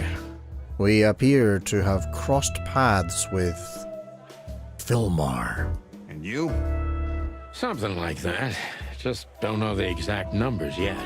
A dame named Natasha. She called us here. If I'm not mistaken, the joint is hers. Yeah, it's a bit of a conflict though, eh? She runs the place, and she is the head act. That's a bit of a monopoly on attention, don't you think? Yeah, she owns the joint, amongst others. Oh. Well, good luck, guys. That broad has a reputation. She's not the kind to toy with, if you know what I mean. Any useful information? For free? Yes? Stop clucking around, Philmar. Philmar. All right, but just because of the old days. Look for me after you've talked to her. Okay. You wouldn't understand what I have to say about her before then. Don't leave unless you're thrown out, in which case, you know the drill. We don't know each other, I'll deny you in a blink. Ouch. Good to see you too, old pal. And he was me thinking... We'll be back. We're getting a good rapport going here. Oh! It's the boss. Not gonna deal with the boss just now yet, though. Gonna talk to the bartender, get a bit of intel here. 2 whiskeys, kid. There's a no horse. Horsing around. There had to be, right? I mean, horse walks into a bar, barman says, "Why the long face?" One of the oldest jokes of all time, probably. There had to be a little joke about a horse in here, otherwise it wouldn't have quite been right for the game. I've never heard that one before. Sonny, you gotta drive, you know? I do? Okay. Yeah, you're right, Marty. Hey, Longface, give me a glass of tap water too, okay? Yes, sir. Coming right up. That wasn't exactly what I meant. Well, you should have been a bit more specific, because I actually thought that's what he meant too. Alright, let's catch up on the intel here. We got a new item, the Golden Eagle Whiskey. Come to daddy, darling. Sir Joseph Eagle. The year 876. It's a 50 centiliter bottle. That's quite a lot, isn't it? I mean, it's not as big as standard 70, but if it's flat enough and you have big pockets, you could fit it in your pocket. Calling booze darling, it's kind of weird, don't you think? It's coming from the guy... Yeah, half liter, yeah. That's coming from the guy who names his guns. Says someone who calls his gun collection his harem. It's more like a shrine than a collection. Touché. I'll shut it. So you should. Good birdie. Good birdie. Alright. I'm gonna talk to the waitress. She has pretty long legs. I mean, pretty and long legs for a squirrel. It's but not a I squirrel. don't want to be prejudiced. Is it? We're not here to stare at pretty squirrels. We're here to investigate, remember? Alright. Is that a squirrel? Oh, well, if it's got its ears up. And they're very long ears. Yeah, talk to her. That girl is looking at me. Oh, well, you should make a move. She's just looking at anyone whose glass is empty, Marty. That's all. No, Sonny. She was staring at me, like, hard. Now, I saw it. Oh. Marty, you're imagining things. Oh, wait a second. She's blind. She can't help where she looks. You see that, right? She's looking right at us with those big, black, weird squirrel eyes. Weird. Okay, Marty, don't panic. Just look elsewhere and walk away slowly. Now, he looks pretty shocked. What's going on? Creepy little squirrel girl. Psycho squirrel. What else have we got here? Alright, we've got a big buck and his two compadres. It looks like what do you call it? A ferret, maybe? Weasel? Ferret? And, oh, I always get my cats mixed up. Is that a leopard? It could be a leopard, right? It could be a leopard. Yeah, maybe. So, where the hell is Natasha? No idea. Let's ask that stud over there with those nice gals. That guy looks way too horny for my taste. Oh, man, your sense of humor is bad as ever. Well, you know. You just need to get used to it again.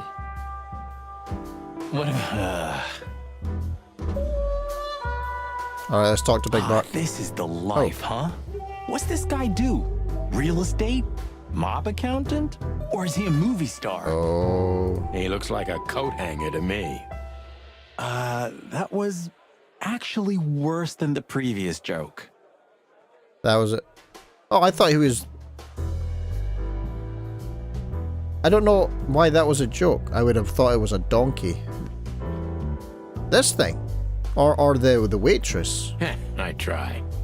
Oh, because of the ears. Yeah, I can understand that, yeah.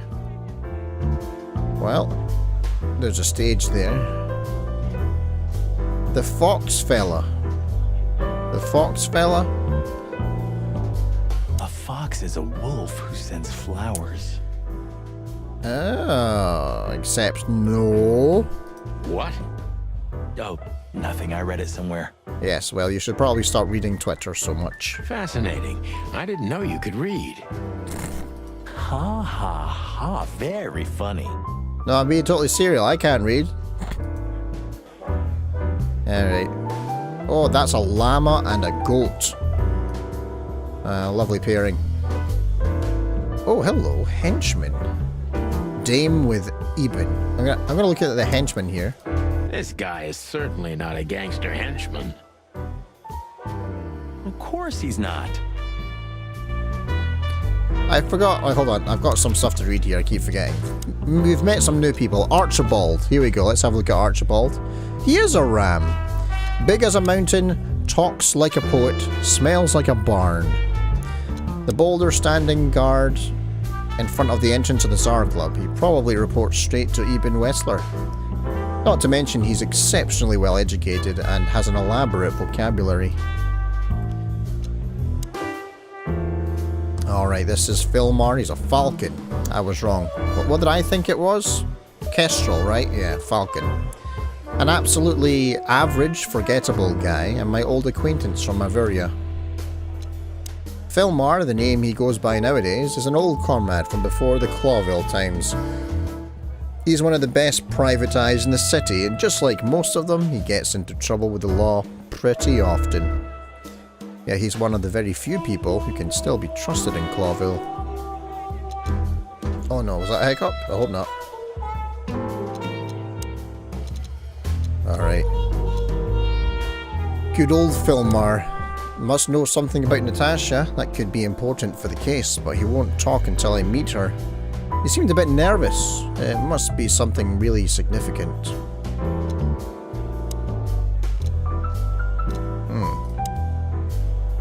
Can I talk to the henchman? No. Dame with Eben? That woman with Ibn. I think I know her from somewhere. Maybe in your dreams, pal. Probably. Can we talk to him? I'm gonna look at the boss. Isn't that? It's the man himself. Yes, it is. The great Ibn Wessler, in the flesh. So much for our incognito. Hey, I'm wearing human clothes. They don't know there are two chickens in this place. You think he noticed us? Only if he's not entirely blind. Well, fingers crossed he's not. Great. Right, I'm going to look at the stage here. Stage, there we go. Empty stage, empty stage. I was hoping to have missed the main event. You're a rusty old cock, that's why. Beg your pardon? So says the little butt jam. But what? Yeah. That's not even a word. Could be, though. It is now, all because of you. You should feel honored. Butt jam. It's funny, I'm not entirely sure if Sonny thinks he's actually funny, or he's just trying to be mean. You know, Sonny, sometimes you're like an evil little child. Yeah, kids don't know what's funny sometimes. I had an itch on my foot there. Alright, nothing on the stage for me then. I'm going to talk to the boss man. Oh, Eben. Let's talk. Just act nonchalant, my friend. Nonchalant? No, it can't be. What now? Oh, I bet the woman that he's with is an ex. Is that Olivia? Olivia Wilde? No, Marty. No, it's not. Hey, Olivia. How you doing? Are you talking to me? It's me, Marty McChicken. Oh, God. He seems to be the only one in the room who's actually happy to say that out loud. What a pleasant surprise. The Rooster Copper's in person. Chicken police. But yeah, Mr. Wessler, you could say so. The name's... Oh. Sunny Featherland, of course. Chicken police. Your partner is, he is, come on, you can get it. Marty McChicken, sir. I just introduced myself to your lady companion seconds ago. All right. Oh, yeah. I'm so happy to see. Hello, boys. Oops. Hello, boys. So, to what do we owe this pleasure, gentlemen? Yeah, so, we were, just in the neighborhood, and... Cut the crap, Marty. All right, we're here for your sweetheart, Natasha. Is she in? Oh, I see. No big deal. Just a blackmail thing. You know, horrifying threats written on the wall with blood-red paint. The usual stuff. Oh. You must be familiar with this kind of thing. Honestly, I think Eben here's more the horse's head in the bed kind of guy, not the red paint on the wall. Oh, yeah, indeed. It's, nasty business. But I didn't know Natasha hired a detective because of this simple matter. But to be honest, I understand. I would have taken matters into my own hands, you see. But I'm kind of busy. That voice reminds me of one of the weasels from Who Framed Roger Rabbit. If I have to come back here, it's gonna be you and your laundry out to dry. That one. Anybody who's seen that film. God, that film was way ahead of its time. So good. Mr. Wessler had a meeting with Attorney General Hamtaro yesterday, so he's rather tired. Oh. If you would excuse us. Yes, ma'am. Oh, dear Olivia, it's okay. These gentlemen are just doing their job, right? And if I've heard correctly, they're notoriously thorough. So, how can I help you? I just keep wanting to hear him say, "Come on, boys," you know. We've got a few questions, if you don't mind. I'm at your service. Alright, let's see what you can do. So, we got some new intel there on people. I want to keep it fresh in my head when it comes in, because it might be important for interactions. Olivia. Okay, so Hobart is a rat, of course. Charismatic and a clucking gangster. Olivia, she's a crow. Unusually tall and slim for a crow. She's quite mysterious. Olivia is Marty... Excuse me, sorry, that's not what that says. I'm going to read both of these. Olivia is Marty's old acquaintance, I don't know how he knows her, who's currently Eben Whistler's assistant and escort. It would be worth knowing if there's anything else than a working relationship between Miss Crow and Mr. Rat. Olivia is currently Eben Whistler's assistant and escort. Finding out whether there's anything other than a working relationship would be proved valuable. Alright, so there's a bit of an inconsistency there. It doesn't matter, they're both kind of saying the same thing, except the big text didn't talk about Marty. I'm going to ask him questions. Alright, let's start with the SAR Club. Nice bunker you got here. Well, thank you, but it's not mine. Not anymore. But I'm sure you already know that. Listen, detective. If you want to know something, please ask straight, huh? Oh, okay. All right, Mr. Wessler, let's make this a bit more professional. Alright, let's talk about him. I'm not as exciting as people tend to believe. I grew up in a poor family of many siblings. I'm the only one still alive, unfortunately. Oh, wow. My career started with a shoe store, and now, here I am. I wouldn't call that an average life. Shoe store owner to mob boss. That's quite the promotion. How dare you speak to Mr. Wessler like that? I'm sorry, I wasn't talking to her. Leave it, Olivia, dear. It's just provocation. I'm sorry if I offended you, Mr. Wessler. Shall we talk about something else? Ooh. Why would I talk about Lewis? Everybody knows Mr. Hayworth. He's an antique piece of furniture in this city, so to speak. Only a bit worn out. Just a bit. It's not my fault that he's so much in debt, detective, but the name of his family still rings quite loud in Clawville. Hopefully the reputation is for good things. Is that still worth anything? The name is just their name, of course, but the man behind the name is another matter, Mr. Featherland. You're a pragmatic rat. Oh, I forgot what pragmatic means. Thank you. Alright. Alright, I guess we can get down to brass tacks. Natasha Kazenko. However you say that. Look, detective. If you want to know something, just ask. Okay. All right, Mr. Wessler. Cracks knuckles. Wait, what? Look, detective. If you want to know something, just ask. I did. I just asked. All right, Mr. Wessler. Okay, Olivia Blackwig. Has your assistant been working for you long? Are you talking about me? Are you talking about me? Pragmatic, dealing or concerned with facts or actual occurrences. Practical. So the kind of guy who really only gives his attention to things he can control. And can't, you know, actually do something about. Doesn't deal with the hypothetical much. Fair enough. He's a real guy.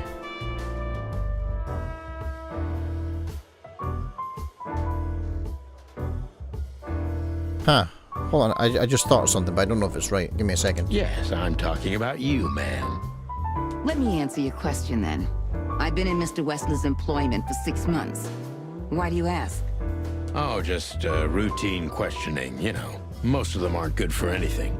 Just killing time. Okay. It sounded rude to me. Rude? I was only asking. Yeah, please forgive her, detective. Olivia's a real firecracker. I'll bet she is.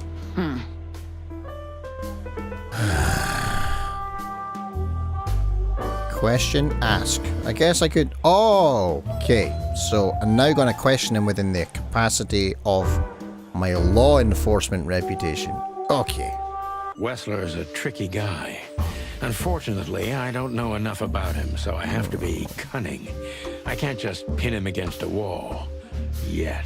Okay, so this is the thing where you kind of have to play to their weaknesses, right? He's tricky. How did you feel when you heard about the blackmail? Look at his eyes. How did you feel when you heard about the blackmail? Click. Honestly, I found it ridiculous. And now? Now I'm kinda interested. But I wouldn't call it blackmail yet. They're just empty threats. There were no demands. As empty as the pocket on my pants. Good point. Thank you. Are we done? No, not even close. No, not quite. I'm sorry to hear that. You don't like my company, sir? Mistrustful. And tricky. Why didn't you just call the police? Why didn't you just call the police? Huh? Why? What would have been the use of that? A few messages aren't enough for a case. You should know that. Harassment makes for a case. So do threats. Who were you trying to convince, Sonny? Huh? They would have laughed in my face. Anyway, you know, the police station. Once I set foot in there, I'm not coming out again. Alright, so I guess I just exposed another mistrustful thing. Your lawyers are too good for that, Ibn. Yeah, I guess you're right, chicken.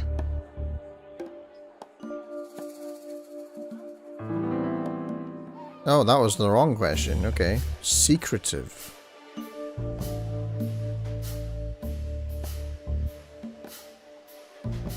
Well, if he's secretive, I shouldn't ask this. Do you really think we're that stupid? Do you really think we're that stupid? Yeah, he's gonna say yes. What? I'm sorry, I don't know what you mean. You're evasive and try to make us believe you don't care about the threats. But from my experience, that kind of behavior has guilt stamped all over it.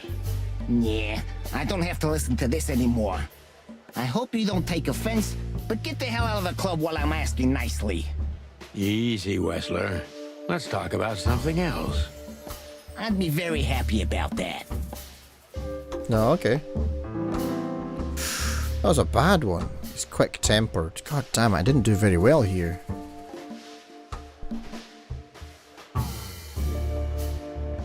Oh, maybe the point of the impressions is to ask more pointed questions. That could be it, right? I didn't think about that. Why would anyone have a reason to blackmail your girlfriend? Why would anyone have reason to blackmail your girlfriend? I don't know, maybe because she's my girlfriend? Vector of attack for a powerful person. You think that's enough? It's plenty enough. Good point. Oh, are you finally getting to a point? Or do you really want to dig around in my private life? Because, people who do that end up in the alley, if you catch my drift. I do. Very much so, Mr. Wessler. Wessler is tougher than I thought, and he's secretive. It's time to gently beat around the bush.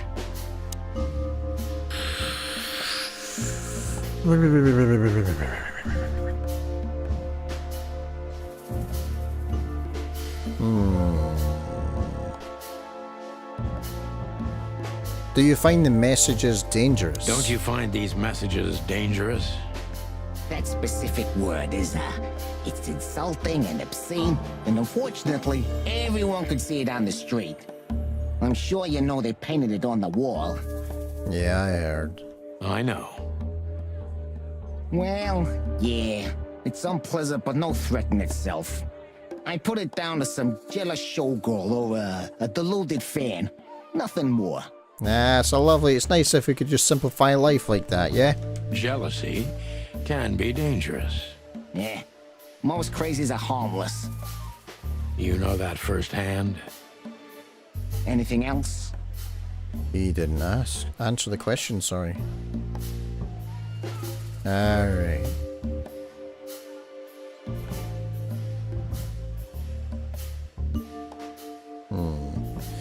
Secretive. Is everything alright between you and Natasha? Is everything all right between you and Natasha? Yeah, you don't beat around the bush, do you? Understandable, I guess. Naturally, our relationship is stable and perfect. Perfect. I'm the setting, she's the gemstone. Yeah, if you know what I mean. Actually, I don't. I rarely hear such poetry, but I understand exactly what you mean, Mr. So, whoopsie, you sorry. have your answer. No recent friction? Wouldn't you like to know? I wasn't talking about of the bedroom variety. I was talking about of the, you know, the domestic friction. It would make my job easier. Yeah, it would only lead you astray. So be glad that I tell you no. No friction. Ibn is quick-tempered, and I can use that to my advantage. I've confounded and softened him with my previous questions. Now it's time to be specific and ruthless. Oh, I'm gonna cut deep. Very deep.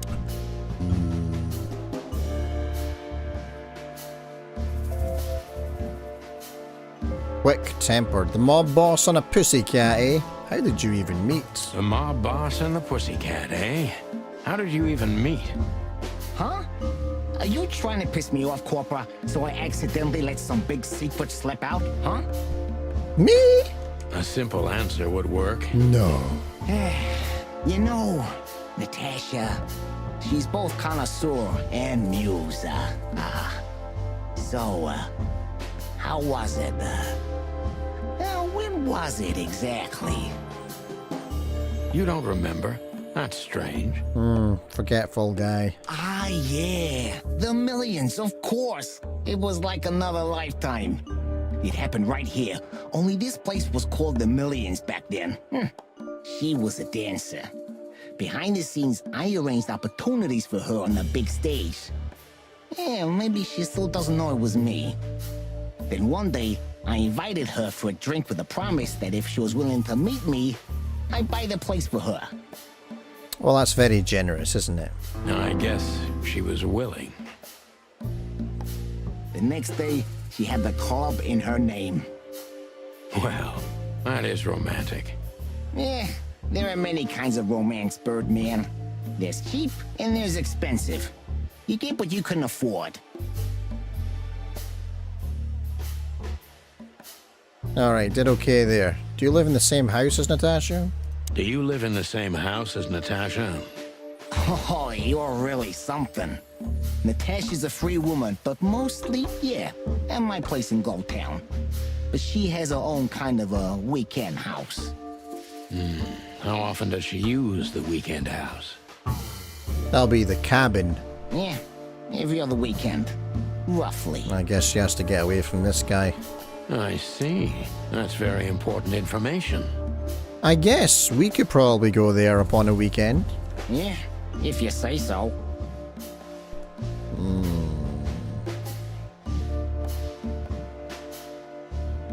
Okay, is she completely alone? That's a bit of a creepy question.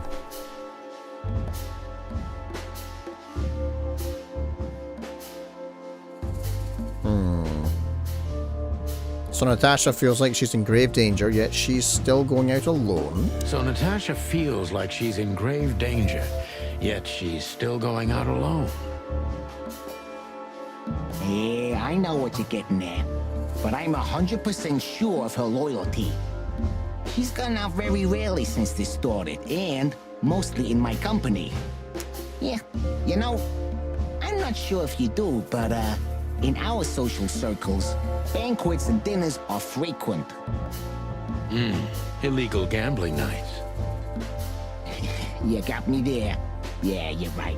Natasha is crazy about the roulette wheel. Always putting it all on the red, right? Yeah, you're a real rotten bastard, Sonny. Although, yeah, always on the red. Yeah, right. So, can we meet your lady? I don't see why not. But Nice. first, Nice. please, listen to her sing. She's on soon. Good. Okay, then we'll get her backstage, eh? Question ranking. How did I do? 40% accuracy. God damn it. I need to get better at this. That's two 3-star questionings I've had in the game. Final thoughts, not bad but not good either. It's okay for a rookie, but you can do better next time. Alright. Important clue. Ivan's trying very hard to change the subject when it comes to the threats. He obviously knows more than he's willing to tell. Thank you for your time. We'll be seeing you. As I said yesterday, I'm not going to be retrying any of the questions. If I screw it up, then I screw it up. It's part of the story, right? I have no doubt about that, unfortunately. Hey, we should grab a coffee or something, Olivia. You know, for old time's sake.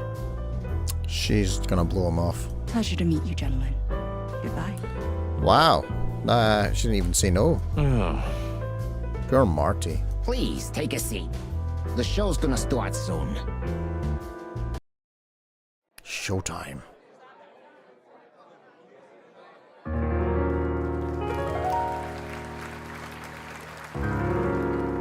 Oh my god. Oh wow. Very green eyes there.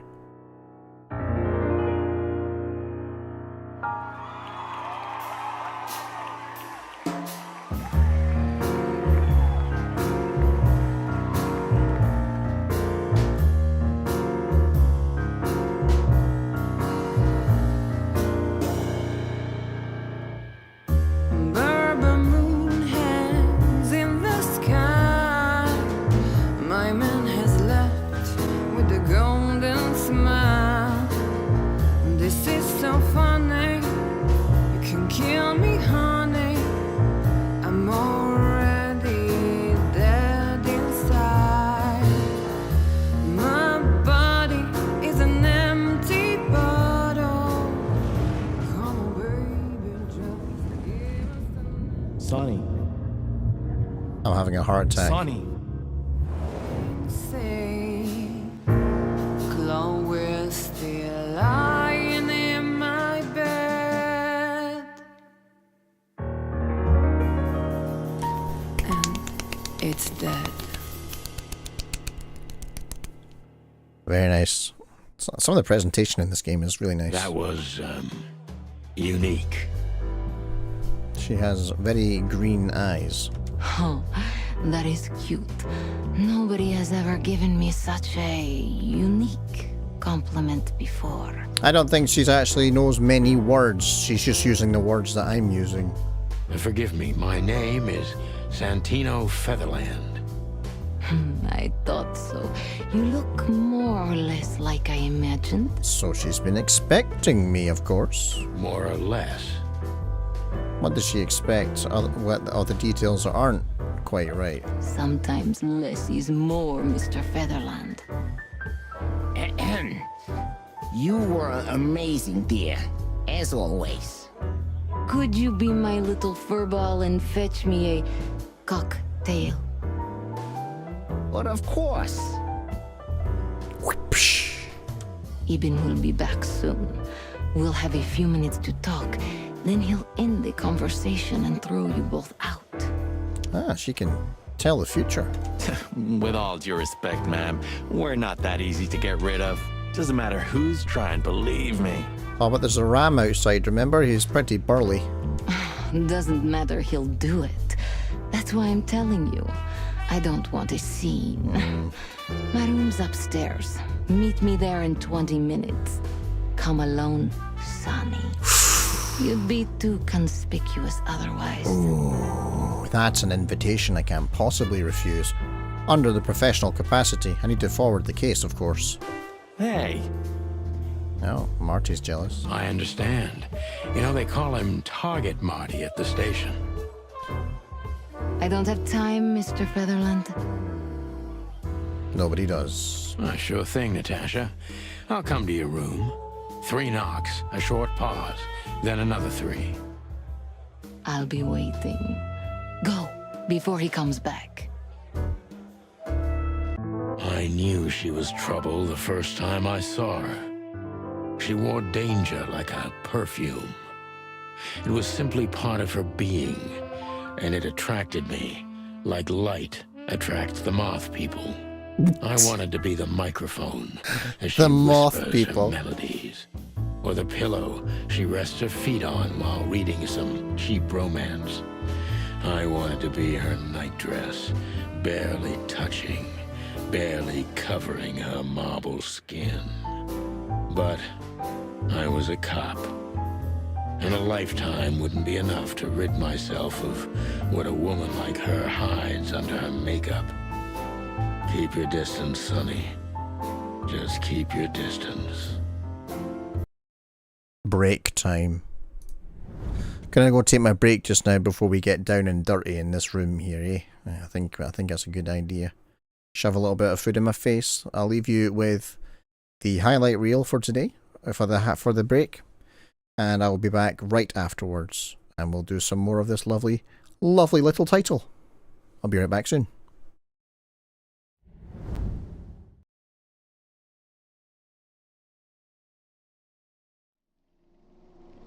I got myself a little dessert.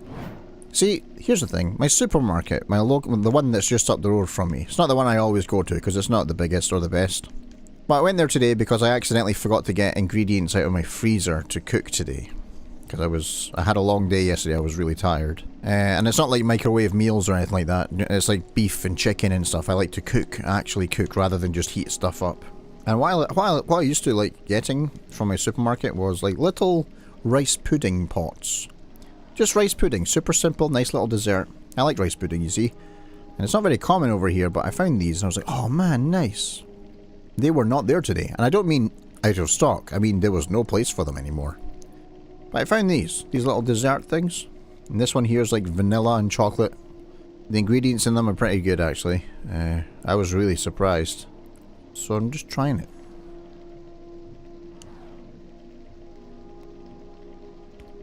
That's alright. It's not too sweet. I love these kind of games. I think I should stick to focusing on these kind of games. Not necessarily pixel art all the time necessarily, but of varying subject matters, just the kind of things that get the player and the chat, of course, to sit there and go, oh, I never thought about that before. That's an interesting thing. I wonder what I would do in that situation. And I've always loved that about video games.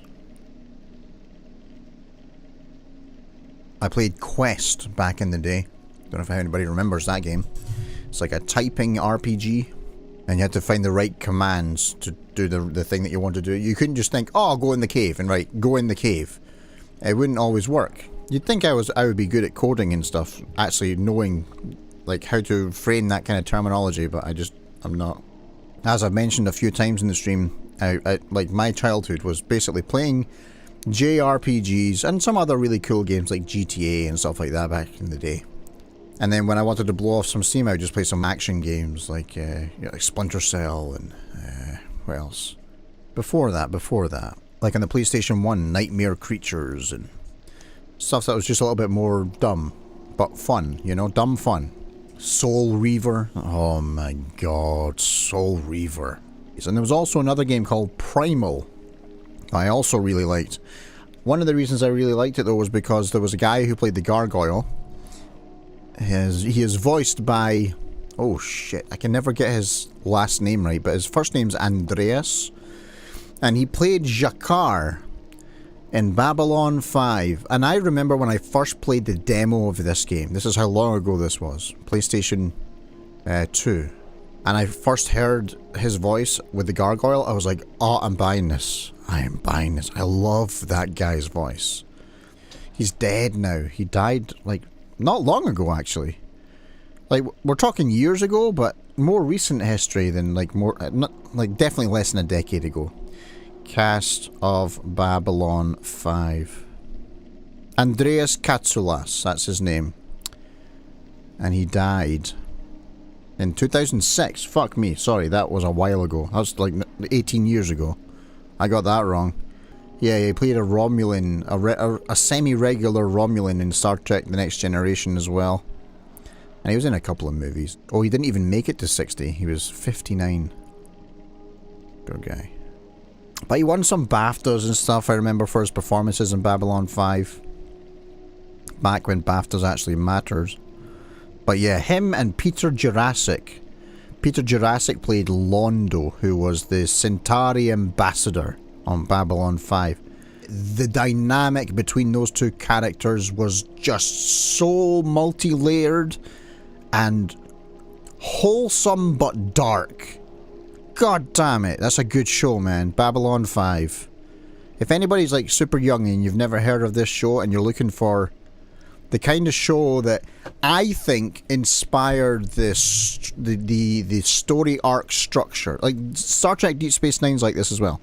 It's an older show, but I think it's what a lot of people who watch those shows went on to make Netflix shows that have those series-long story arcs. Except I think they did it worse in a lot of Netflix shows because the shows were built like that, whereas the stories were kind of written and then the world building to actually justify the story was what made the episodes so interesting in the likes of Babylon 5. But yet, Jakar and Londo, what a duo. They hated each other, but they are, the values, like the social values I think that those shows put out compared to today's.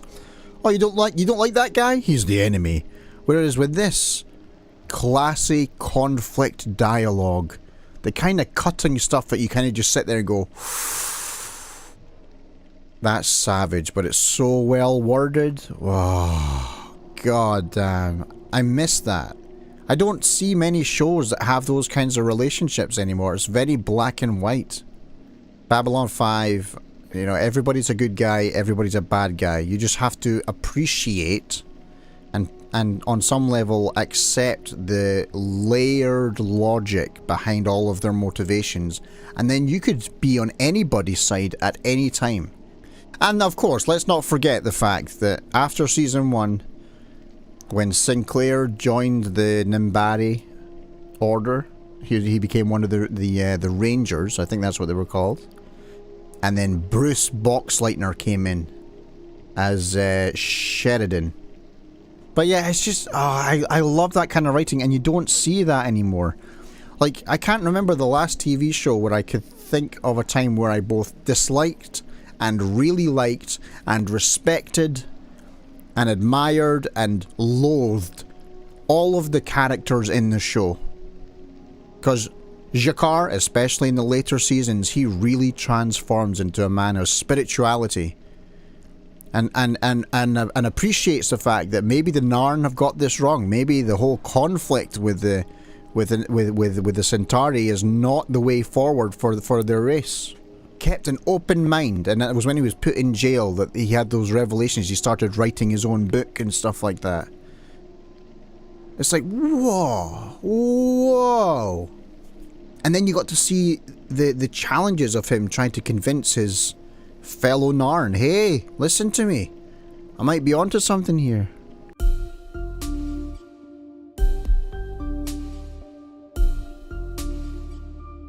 It's so strange. It almost seems like modern TV shows, especially if it's on the likes of Netflix or Amazon, they're trying to get as big a budget as possible, and then they're making sure that they spend all of that budget, rather than making sure that they have a solid story and then using a budget that's appropriate to actually make that story work.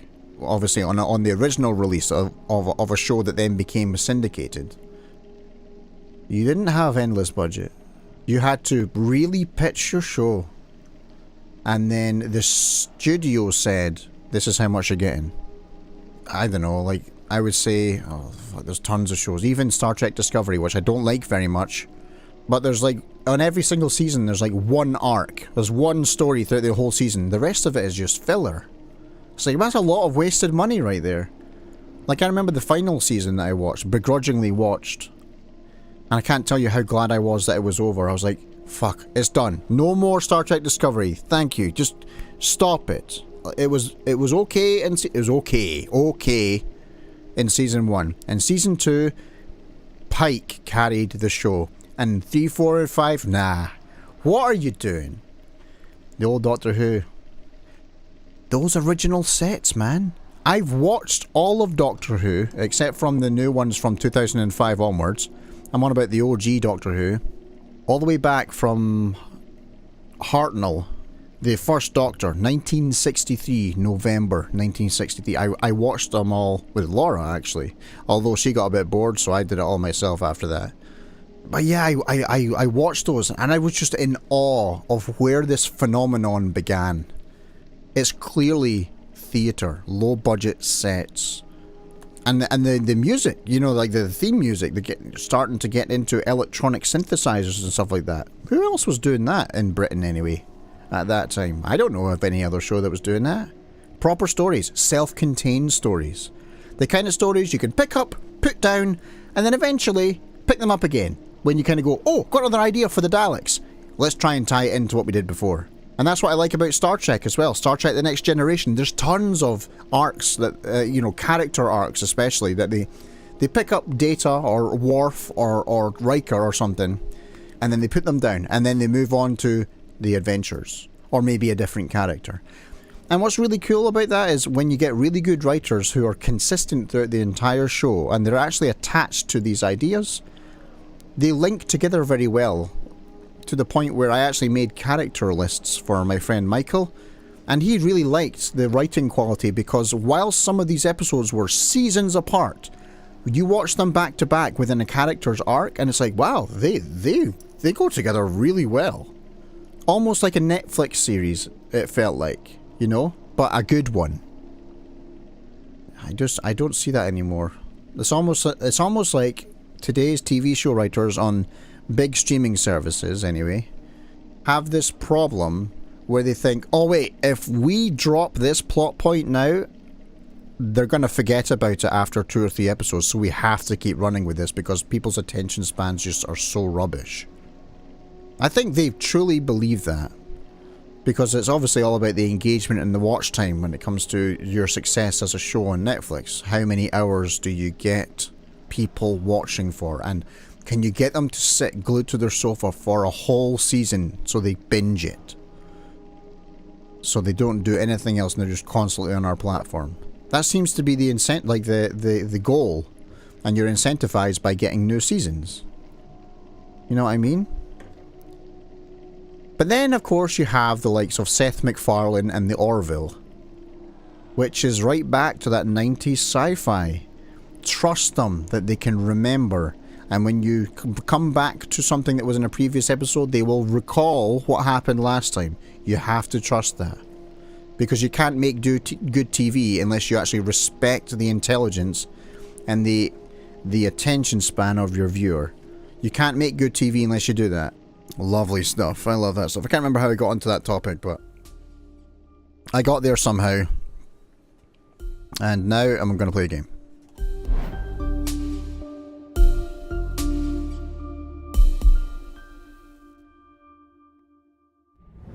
Hey guys, thank you very much for your patience there. I hope you enjoyed the highlight reel, or I think it was more of a story time today, actually. I think that's what I queued up. I am back. I got a little bit of food. I've got a little bit of it left next to me, so I may graze throughout the second half of the stream, but I may not. I may just wolf it down at the end. We'll see. For now though, it's time to get back to this room with the lady.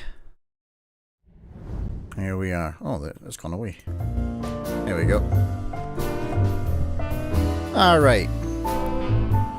Let's explore this room. Welcome back. You had a yogurt. What kind of yogurt did you have? I don't have yogurt very much. I like dessert things, but yogurt not so much. Well, should I say, it's not like I don't like it so much, it's just I don't really eat it so much. Full of yogurt. Alright, so it was like yeah, just plain yogurt. I like Greek yogurt for that, it's quite good. Get a bit of fruit in there, some honey on top of that. Very nice indeed. Alright, so let's have a little look. Painting, rather vain. Oh, damn. Gee, that is a unique picture, and kind of daring. I admit I've never seen anything quite like it before. Well. Yes, I admit it's a little daring. I keep it. It evokes good memories. A precious old friend of mine. A most wonderful artist. He's got an eye, that's for sure, considering his model. I'm sure he had two, and they were both wide open. Was that supposed to be some kind of compliment? I don't know. I don't compliment often. Not on purpose, anyway. Oh, you're funny. Yeah, I am. Alright, nothing else here. What have we got here? Natasha herself. There's a book here. The Seventh Rule of Predation by Meredith H. Marble. Can I read that, please? Let's look at our clues here. Ivan's trying very hard to change his heart. He obviously knows more. Okay, I thought I read that already. Got a new point for Natasha. She has remarkably green eyes, and she is definitely in trouble. So am I. Seems like we've been hooked already, guys. Ivan, here we go. Ivan, or whatever his name is, was acting quite strange, and he hesitated when I mentioned how he met Natasha. It would be interesting to hear the story from another point of view. I guess that's what we're in this room for, eh? Check out the mirror and stuff. I bet you spend a lot of your time staring into the mirror. Do you even recognize yourself? Maybe you were trying to be rude, but, you know, that's a very good question. I was just trying to be rude. But me, being the charming guy that I am, somehow managed to turn it into something of a compliment. Oh, really? Well, then I'm sorry. Don't mention it. This is awfully playful, isn't it? Right. I'm not going to exit. Only a fool would do that. Okay, let's talk to Natasha then. Oh, the chandelier. You got a beautiful place here, Natasha. A peaceful little island on the ocean of madness with very classy furniture. Expensive, I'm sure. Ibn likes me surrounded by elegant things, you know? You're an elegant thing yourself, sweetheart. Oh, that's charming. Thank you, detective. Right, let's get down to the business, why we're here, eh? Gonna look at her? This woman's aware of her charm, and she knows how to use it. A rare and dangerous combination. Let's give her a bit of a conversation then. How do you like your bourbon, Mr. Featherland? Straight up, no ice, in a glass preferably. In a glass. But thanks, I had a couple before I came. I feel like this may be a long night. I hope it doesn't bother you if I have one myself. Oh, I should have got a whiskey downstairs. It doesn't matter. Another night, another night. I get offended if women don't drink in my company. Oh, you are a funny guy. So I've been told. Anyway, lovely room. Yes. Look, Mr. Featherland. Sounds like business is coming. It's sunny. Saves us a lot of time. Okay, Sonny. So, why am I here? You know, men tend to babble in my presence. I'm not babbling. It must be exhausting. For them, too. It's a lot of air to be wasting. It is. But you're not the type to beat around the bush. No, and that expression's been said a lot. Is it too banal if I tell you it's an occupational hazard? Terribly. So can I start the unpleasant questions? Time to make her uncomfortable, guys, and you know I'm good at it. I've asked you here so you can do what you do best. Really? I thought you asked because you wanted me to investigate for you. But if you'd rather be drinking... Oh, you do have a sense of humor. How reassuring. It's a scientific fact that alcohol lubricates clothing. She doesn't seem to be aware of this yet, though. Only if I'm a bit hungover. That's usually quite common. Oh, please drop the act about being the alcoholic, heartbroken ex-cop, Sonny. It would undoubtedly suit you, but I've seen you scanning my room. From the second you set foot in here, you started working, and everything I say gets sorted in your brain. Am I right? Is that not what anybody would do when walking into a place they'd never been to before? That's a bit of an exaggeration, but yeah, it's something like that. Well then, Sonny, come at me. Oh damn, you heard her. This is not unsolicited. Oh, that's something I don't hear often. With pleasure. Oh damn. New personal info. Alright. Let's get this in our head now. Natasha is a mysterious woman indeed, and seems dangerous too. But she's undoubtedly in serious trouble. The question is she the source of the problem, or is someone else? Let's find out. Let's interrogate her. Natasha is a confident woman. I can exploit that. But I must be careful. Every part of her oozes danger.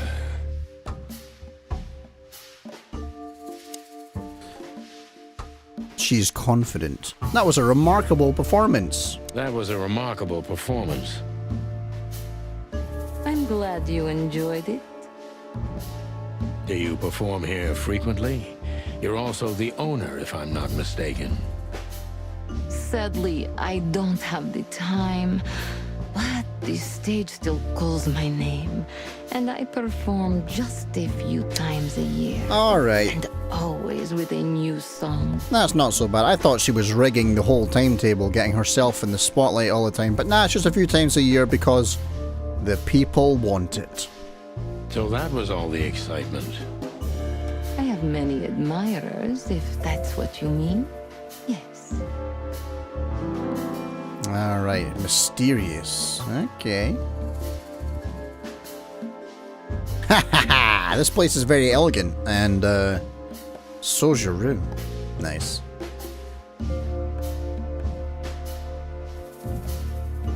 We already talked about this. I don't think it's a good idea to select the same daring phrase again.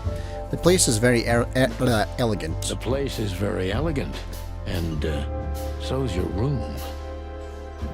Let's see how this lands. Why, thank you.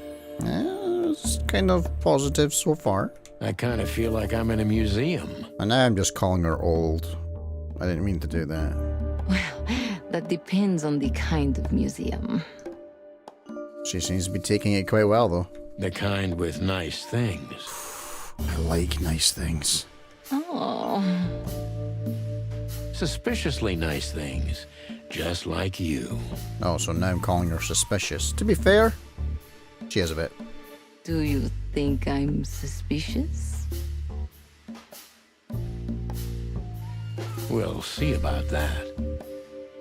Try me. Okay. Alright, so I got a plus 10 there. Doing well with her. Doing well with her so far. Let's see.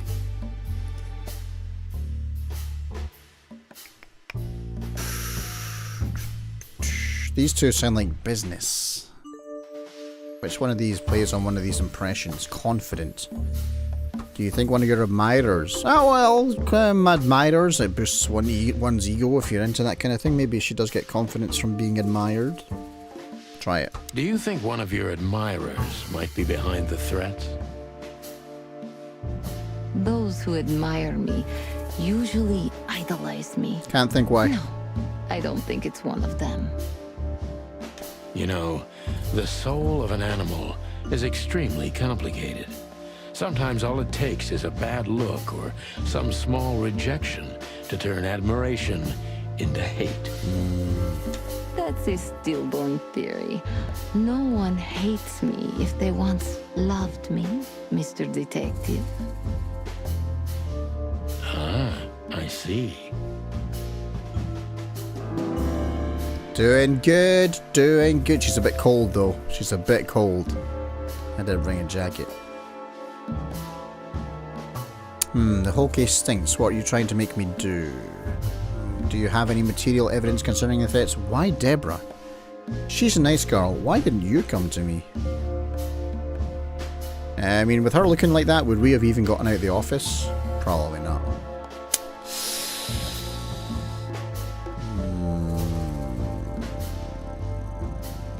Mysterious. This whole case stinks. What are you trying to make me do? This whole case stinks. What are you trying to make me do? Don't disappoint me, Sonny. I thought we'd have a little fun before we got to the point. No, did I cut it a bit short? I'm just a simple old cock, straight from the coop. Ooh, it's me. I sincerely hope that's not true, Detective. Ah. Deep behind the diamond skin lies the truth. It doesn't matter how hard Natasha's trying to hide it. She's scared. Now I must concentrate to finally find out what I want to know. What was in those threats exactly? Oh, I lost a lot there. God damn it. I was doing so well. What was in those threats exactly? The message itself is not a threat. It's just a word. I wonder what the word is. But a word again and again is threatening. Yeah, especially if it's fight, fight, fight. Exactly. She's pointing at me like we're on the same page. So? You really don't have any idea which word could be used for a woman like me? Singer. I guess I do. Yes, I think I know what it could be. Whore. Oh no. That's pretty bad.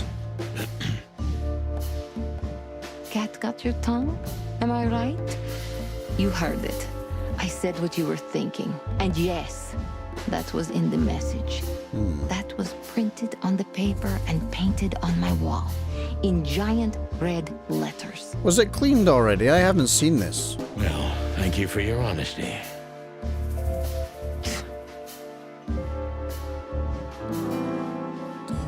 Alright, so she's a bit scared, eh?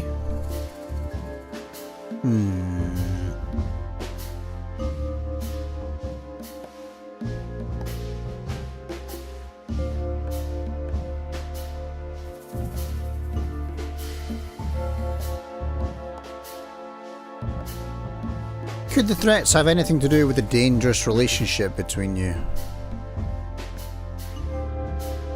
Could the threats have anything to do with the dangerous relationship between you?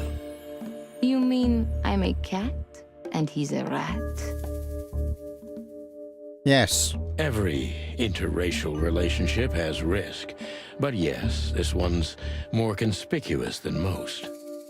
Clawville's a very open and free city, but I guess you see more radical transgressions than I do. Yes, the rose-tinted glasses that I had cracked a long-ass time ago. One of the most common causes in homicidal and predatory cases, ma'am. So, yes. Well, I don't know about that. Nobody ever questioned our relationship openly. We are what we are. And you know, if you're interested in my personal feelings, danger fills our relationship with a flavor no other can replace. She's a dark one. It must be one interesting relationship, that's for sure. I'm not sure I can feel the same, but I can certainly understand it. Maybe one day you'll experience it, Sonny. Have you ever been with a predator before? I think she's doing some research for the future. Well... Oh, am I about to say yes? Well... That's unsteady ground, Natasha. Let's turn the questioning around, if you don't mind. Yeah, I'm the PI here. As you wish, Sonny. Nice, we're back to level pegging here. How many fills have you used up, Natasha? Or like me have you used up? I guess that's the only choice I've got. How many fools like me have you used up, Natasha? Here we go, gonna get our little black book out. In all my life? Well... Oh, she's a sassy one.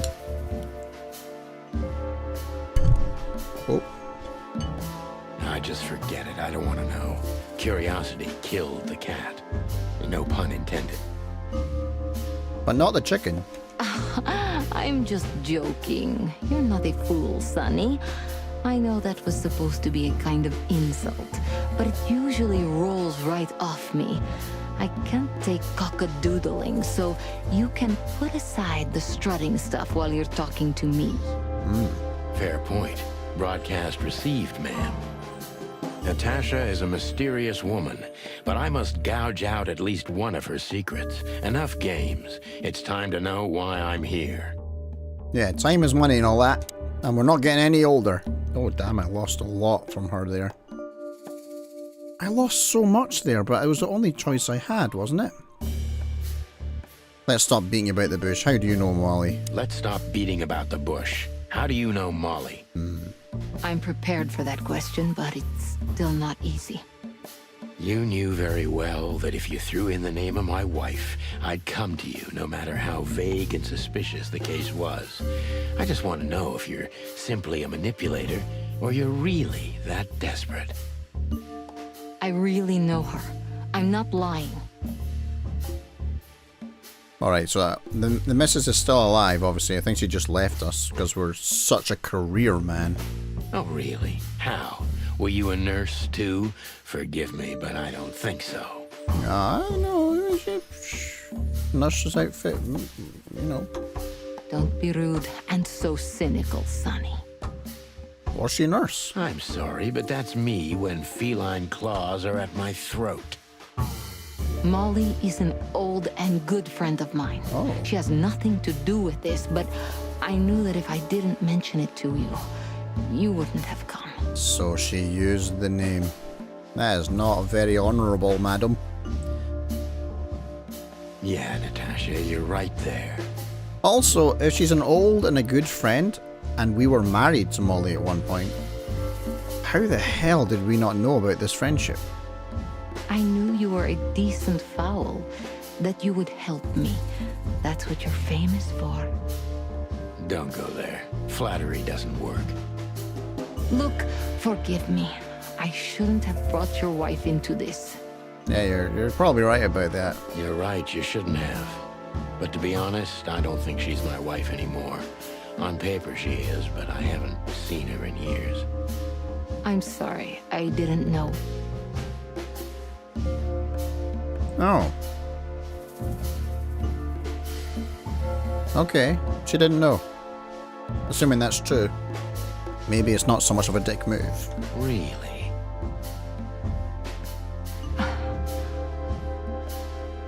She does not look happy with my criticism here. Oh, awkward silence in the room. I did. I knew. I checked you out before I sent Deborah. Oh, she did know. Can't get past this, PI. Good job the chicken's here, because I would have fallen for that. It's the sparkly dress. Cluck me. This case is getting more and more intriguing.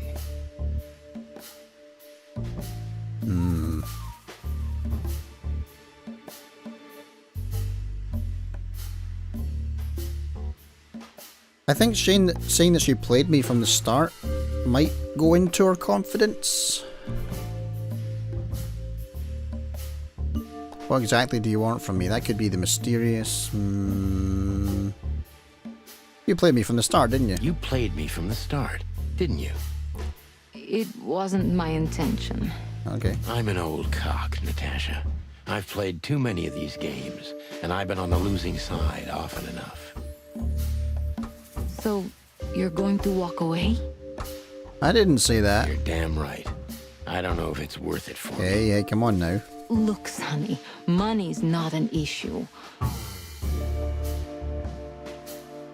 Oh yeah, your fawn had already mentioned that. But unfortunately, it'll be hard to spend all that dough when I'm dead. Dead? Don't even say that. She sounds actually genuinely concerned there. Do you have a gun? Me?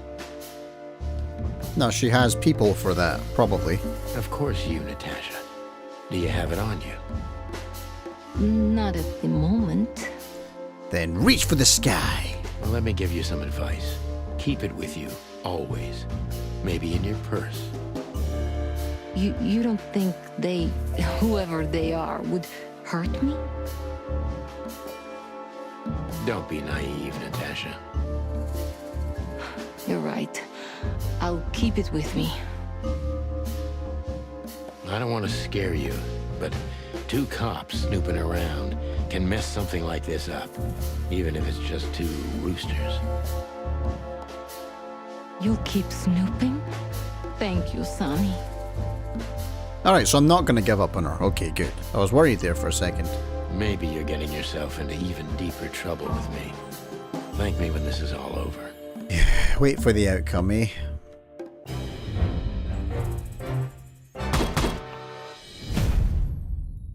Did so bad. So bad. 25% focus accuracy. 25%.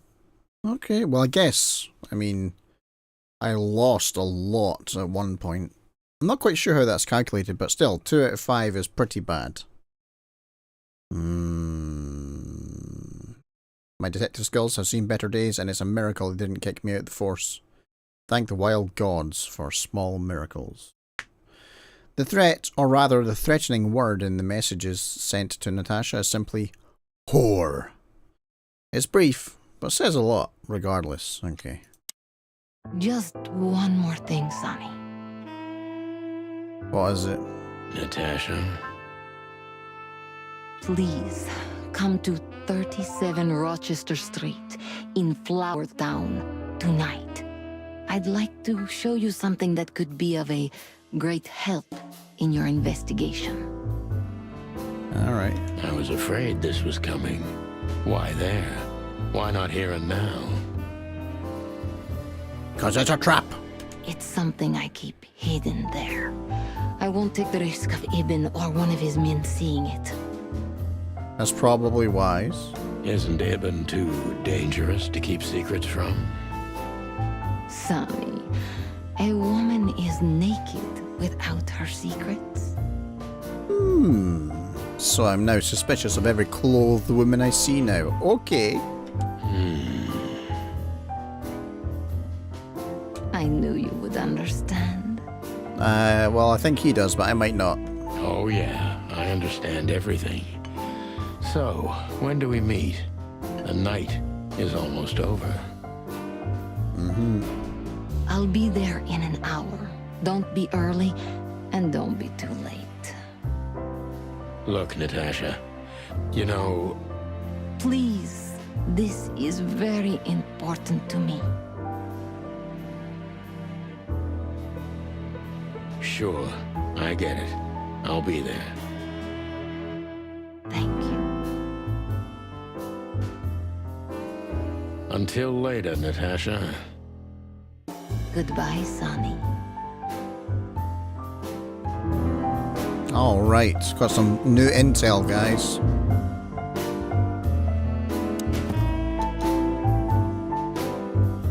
Alright, clues. Natasha is afraid and her fear is genuine. But she isn't telling me everything regardless, and I don't like it. Natasha has invited me to her weekend house to show me something. In any other situation, I'd be glad about it, but in this case, I'm worried. Yeah, that's the threatening message there. Alright. Some new thing in my bag. What is it? It's the key. Alright. Now I can ask her some more stuff, I think. I can ask her a lot of stuff. Let's get some intel on the SAR Club, seeing as she owns the place. Why did you name it the Tsar Club when you took over? It was the Millions before. Maybe you can guess my origins from my name and my accent. I come from the eastern Tsardom of Slavonia. We are quite respectful of our leaders. Okay. You feel that's not the case here in Clawville? Here? No, absolutely not, Mr. Featherland. Many here don't even know the name of their king. To them, he's only the Fox King. It's quite disrespectful and rude. There's some truth to that. Where I'm from, we choose our leaders ourselves, and whatever they do later, we proudly stand by our decision. So that's why the name, in respect to your country. So maybe she's a bit homesick. Don't take me for so sentimental. Oh, maybe not. It's only partly the reason. We lived there until I was 14. Then we had to flee. It doesn't matter why. In the end, I was the only one who made it to Clawville. So the name isn't because of nostalgia or respect. More like a reminder. Of the good old days. Alright, Deborah Ibanez. That's her assistant, right? So, why Deborah? Because he's such a dear. I could not seek you out in person. It was risky even to send Debbie. It's too late now. Mr. Wessler is aware of my little investigation. Oh boy. I'm sorry I got her mixed up in this. She's a lovely girl. She looked like one. Alright. Let's see about this, some of the details of the Wessler relationship.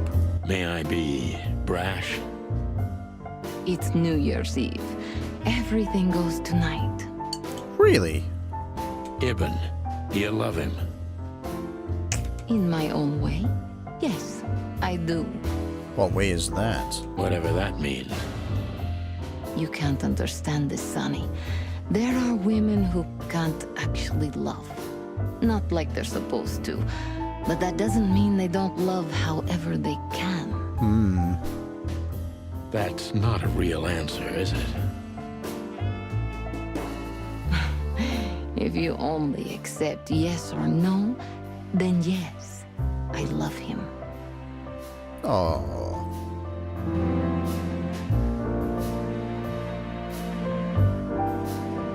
I wonder if he knows that, if Wessler knows that. Message from Natasha. So this message... I'm sorry I had to upset you, Sonny, but if I didn't take that step, would we be talking here right now? Probably not. Well, probably I'd be dead drunk and counting sheepmen in my dreams. I'm good for you, you see? Yeah, you're a real angel. Isn't that what Marty called, is it Monica? The woman at the desk in the police station. Oh, Marty McChicken. Why just me? What's wrong with my partner? He's a douche. Nothing in the world. I just like to be discreet. I wanted to talk to you in private because of Molly. Thank you for your discretion. It means a lot. Plus, we couldn't have flirted as much as we did if he was here. That would just be weird. Plus, he also tried to steal the show, and we can't have that. Don't mention it. Olivia Blackwig. Oh yeah, who's the new assistant? So, who's this Olivia bird? I know well what you're curious about. You want to know if she's sleeping with Ibn. The thought had crossed my mind. The thought may have crossed my mind. Oh my god! You men. But guess what? Maybe she does. You don't care? Nah, she's a slut. As long as he loves me, I don't.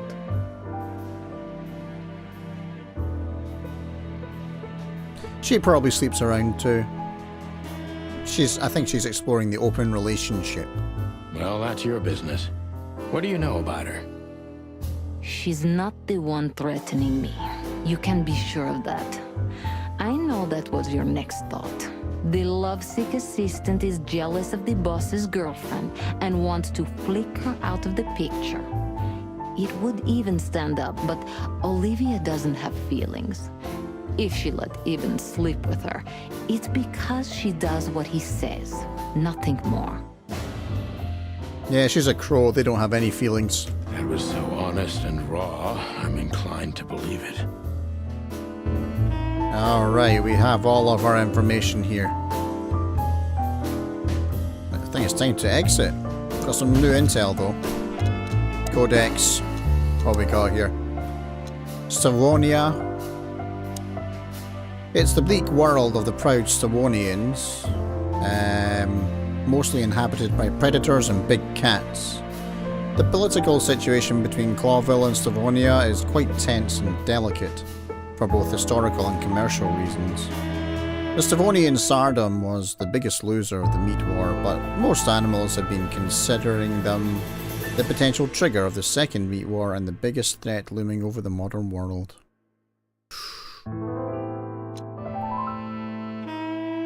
Yeah, right. Altera.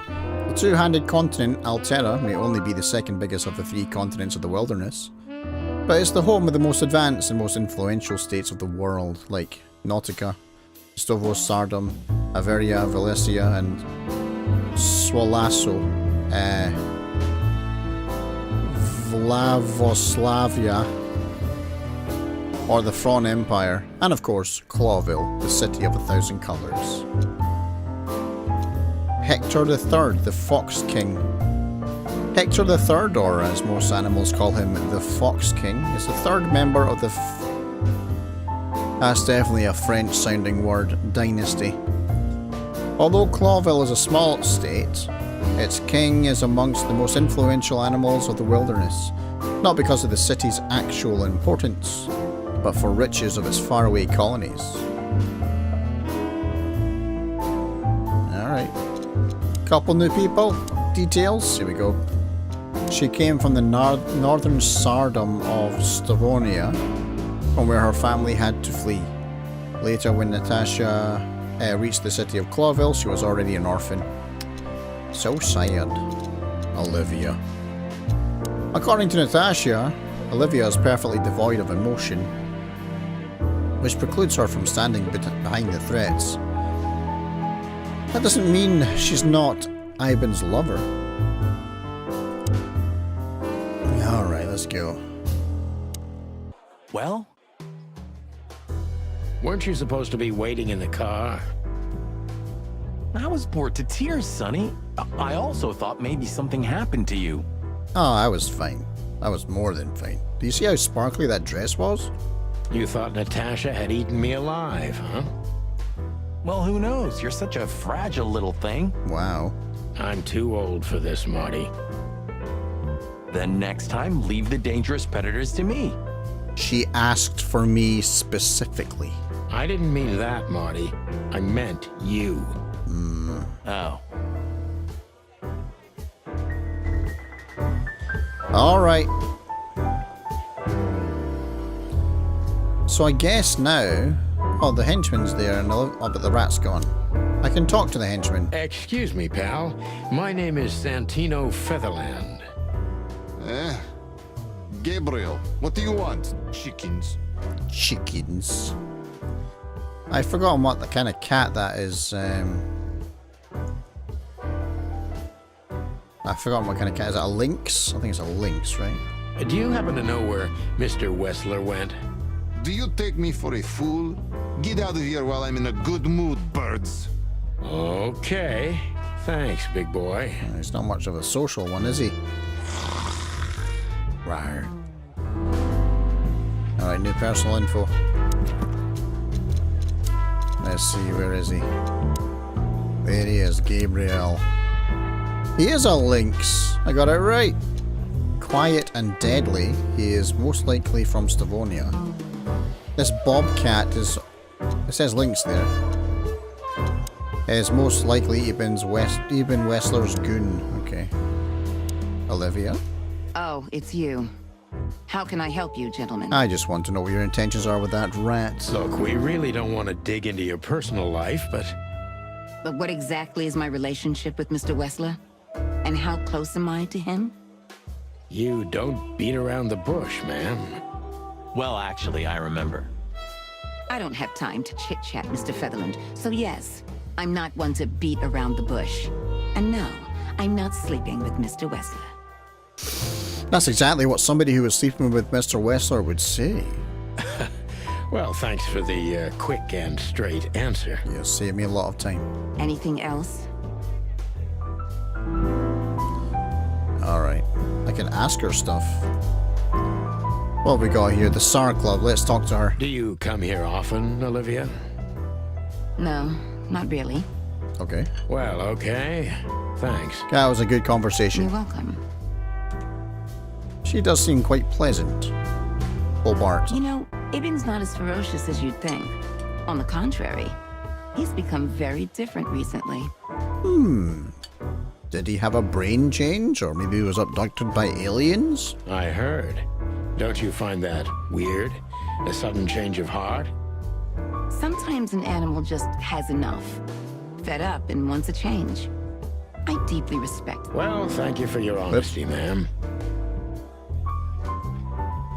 Alright. Natasha, what does she think of her? What's your relationship with Miss Natasha Kutsenko? We've talked a bit, that's all. Alright. There's no tension between you? You know, the pretty secretary. Well, thank you for your compliment, Mr. Featherland. No, no tension. Natasha's an intelligent woman. I respect her. Ah, she's actually alright. Is that mutual? I think that Natasha might have her wrong a little bit. That I can't tell. Oh, weekend house. Do I want to ask her? Yeah, I guess I do. If I'm not mistaken, Natasha has a weekend house in Flowerville. Yeah, that's right. Can you tell me anything about it? I've never been there. Allegedly, it's beautiful. Elegant and luxurious. Just like Natasha herself. Only nice things to say, huh?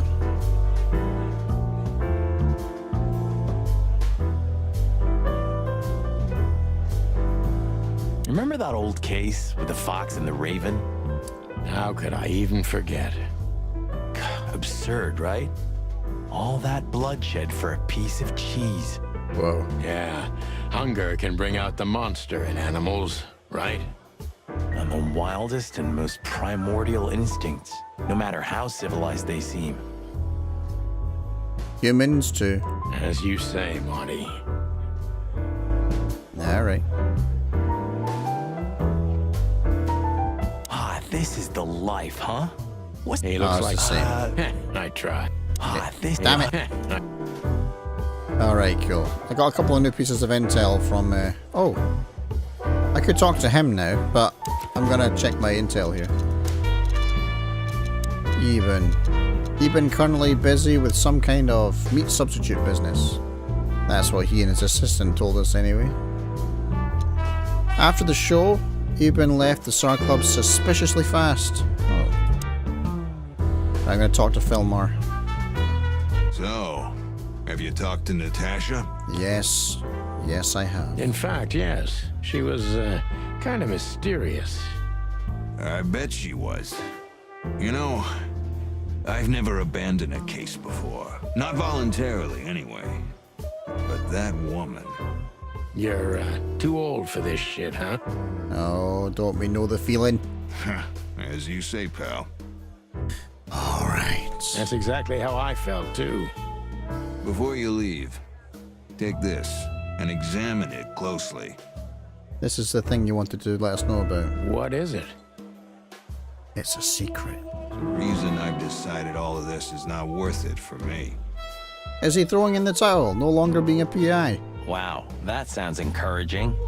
Take care of yourselves, guys. This case, maybe it goes deeper than you'd think. Oh, that makes my feathers stand on end. Ah, old croakers.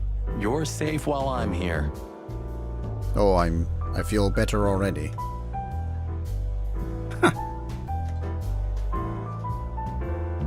Awkward silence. Okay, I didn't say anything. Alright, I'm gonna ask him some questions, apparently. About Hobart. The truth is, Ibn's a dirty bastard, but he's likable. It must be his charisma that snared Natasha. He seems alright, yeah. Maybe there's more to it than simple wild love. Maybe. Who knows? Animals commit the dirtiest of deeds for wild love. You've got a point. Alright, Natasha. Wonderful girl. Either I'm gonna kill her or I'm beginning to like her. That's funny. I swear I've heard that before. To be honest, me too. The weekend house? So, Natasha invited us to her weekend house. Invited me to her weekend house. That's either very good news or very bad news. Yeah, it could be a trap. 50%. That's not that bad, is it? Always looking at the glass half full, sorry. That's an admirable attitude. Attitude, yeah, he's got that. Most of the time, I think that's all he's got. Hey.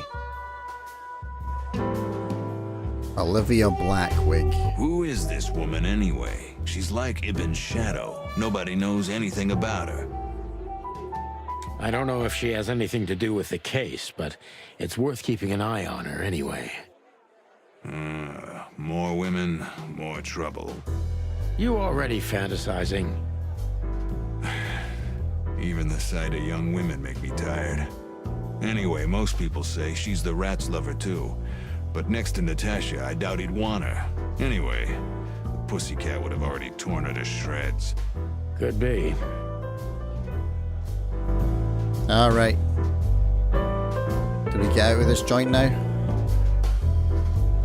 How do we get out of this joint?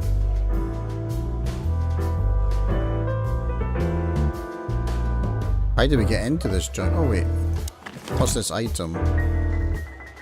This. We stepped into it, didn't we? We stepped into it, didn't we?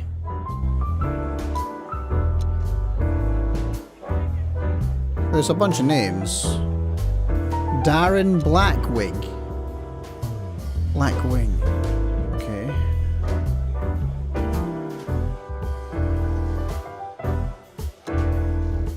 Of all that's furry, what kind of a list is this? It's the IOU list. Exactly. I have no idea, but I don't even want to find out.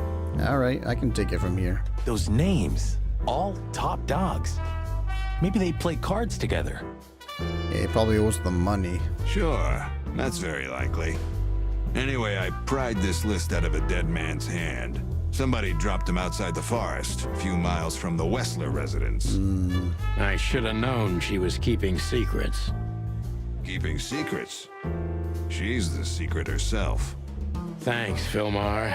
This could be important. Don't thank me. Maybe I've just signed your death warrant.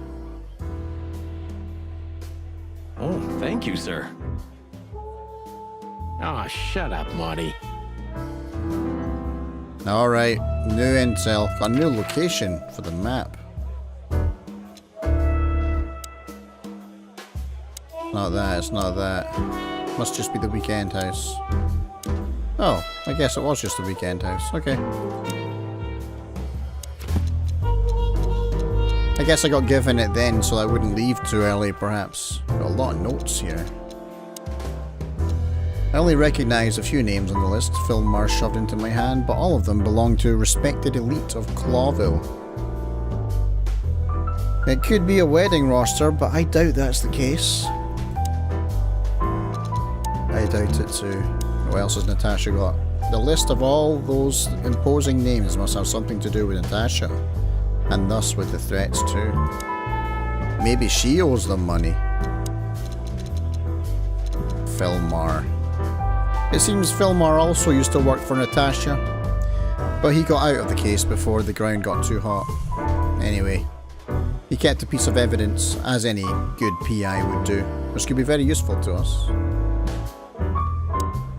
Alright. That would explain when I recommended Philmar to begin with, Deborah just wasn't hearing any of it, she didn't care. Maybe she already knew that they'd already hired him, but they didn't want us to know that. Oh, movie posters. What? This done for hire. Oh, I know this fodder guy. He was kinda good in Death of the Horse. Death of the horse. You've seen every clucking movie. You know, Laura and I go to the movies a lot. When was the last time you went? Exactly 12 years ago. Exactly 12 years ago. Oh, you remember that precisely? Let me... Yep, our very first date. Wait, so... Very first date, their entire relationship, I'm pretty sure they're married as well, and they didn't go to the cinema after the first date. I see. What did you watch? A movie. I don't remember. I just remember her. And nothing else. You're a clucking poet. I mean it. Alright. Another poster here. Hex Poodle in clear turmoil. And shiny. Murder my tweet. Ooh, I've seen this. Hicks Poodle plays a private eye, hired to look for a woman, then gets into some kind of blackmail thing that's connected to the first case, and... Oh boy. Spoilers. Hey, Marty? What, yeah? I don't give a shit. Ha! I don't give a crap, boy. Hannibal, Bogan, and Bandicoot. And Louisa Bandicoot, sorry. I think that's how you say that. The big sheep. You think this is one of those movies where the femme fatale gets everything in the end and the poor detective's left stranded? I don't know, but there seems to be only one kind of movie made in this era. Yep, just like life. Alright.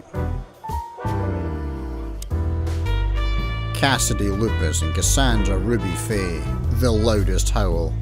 He has the case, he has the girl, he has the gun, he is the alpha. Huh, another Lupus movie. Jeez, is there nothing today they're not trying to sell with this guy? I have a very similar feeling at the moment. Like, I've seen a couple of YouTube ads for, I think it's like women's deodorant or something, and it's got that Dutch runner, Femke, oh, I've forgotten her last name, but she was like the, you know, the golden child for the hurdles and stuff, but sadly she couldn't bring it home. She's in so many adverts now, since the Olympic Games. It's like, what the fuck? Do you train anymore? You're always on camera. Whoa, don't be rude, Sonny.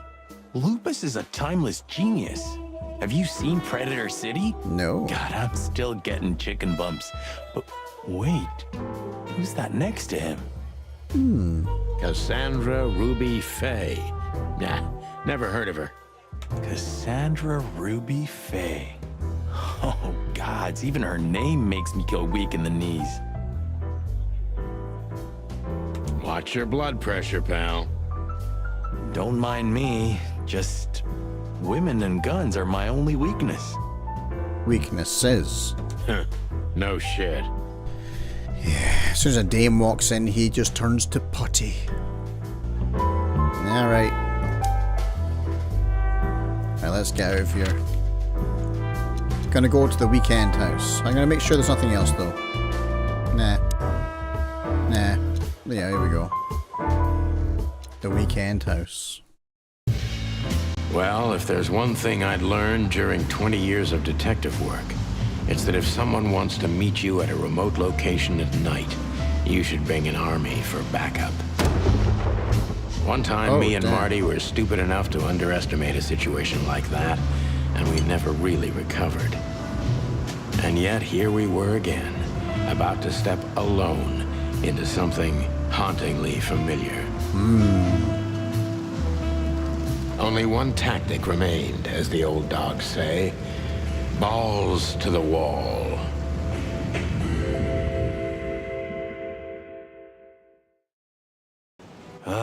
This place gives me the creeps. Ah. There's the red paint. I didn't know it was on her house that they wrote it on. I thought it was on the building, like the club. Now it makes sense. Okay. I wouldn't say I like it either. Nah, it's raining though, eh? It does something to the atmosphere. Let's take a look around before we go inside. Okay. Textbook. I'm telling you, it's a trap. I said that, right? Shut up, Marty. Oh, a random colored yellow shoe. Damn. That is vibrant. Whoa, Jesus. It's not a good sign. Maybe she just lost it when she hurried into the house. It's raining. Didn't want to get all of her fur wet. Yeah, right. Do you think it belongs to Natasha? Maybe. No idea. Do you think I measured her feet when I was in her room? He probably does, but he's not going to admit it. Not sure I want to know, but I wouldn't be surprised. Okay. He's more direct than I thought.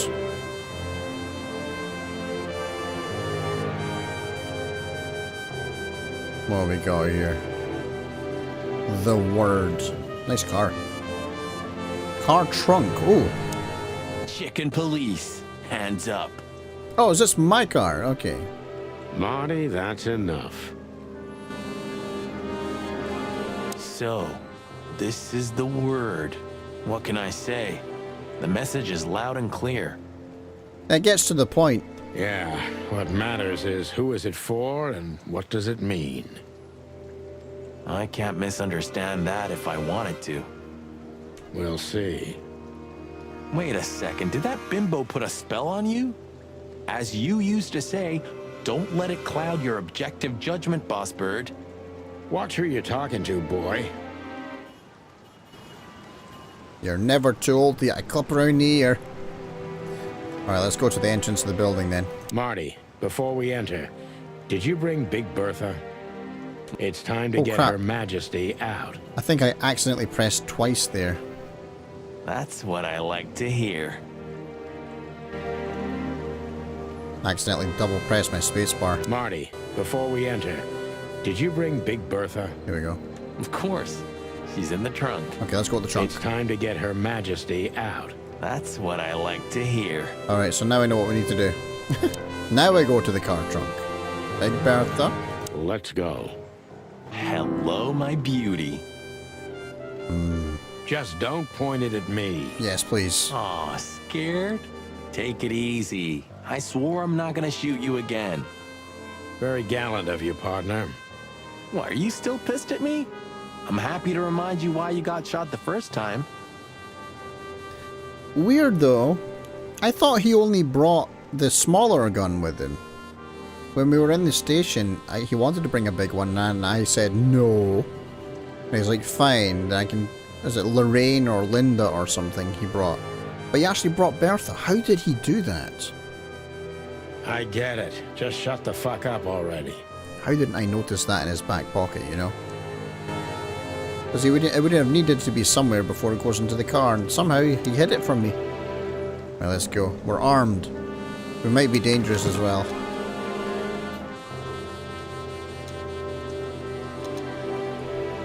I don't know what it is. I haven't dusted you off. I haven't dusted you off in a while, partner. Looks like I may be needing you now. Yeah, well, we're armed as well. The nothing. The nothing? What was that? Forget it. Just an old quote from a movie. It means it's fucking dark in here. But it looks like the light's on. Flashlight. I didn't bring one. Oh. Me neither. What a pair of fucking professionals. Yep. That's us. But you do have a shotgun with you. We should have shotguns for this kind of deal. Is that from an old movie? Probably. No, it's an original. Stop aiming the gun at me. Figures. She's gonna shoot me in the back. Alright, let's go inside. Oh my god.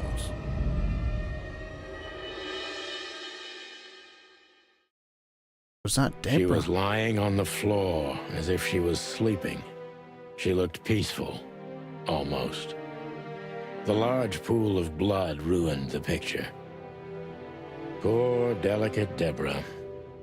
Maybe you were too pure and innocent for this city. But in the end, its filth pulled you under. You know, no animal can swim in high heels. Wild gods. Fuck even. That's good. Yeah, it's her. Deborah. The girl who came to my office. The errand girl. I figured. But what the hell happened? Was it Natasha? Is this what you wanted us to see? No.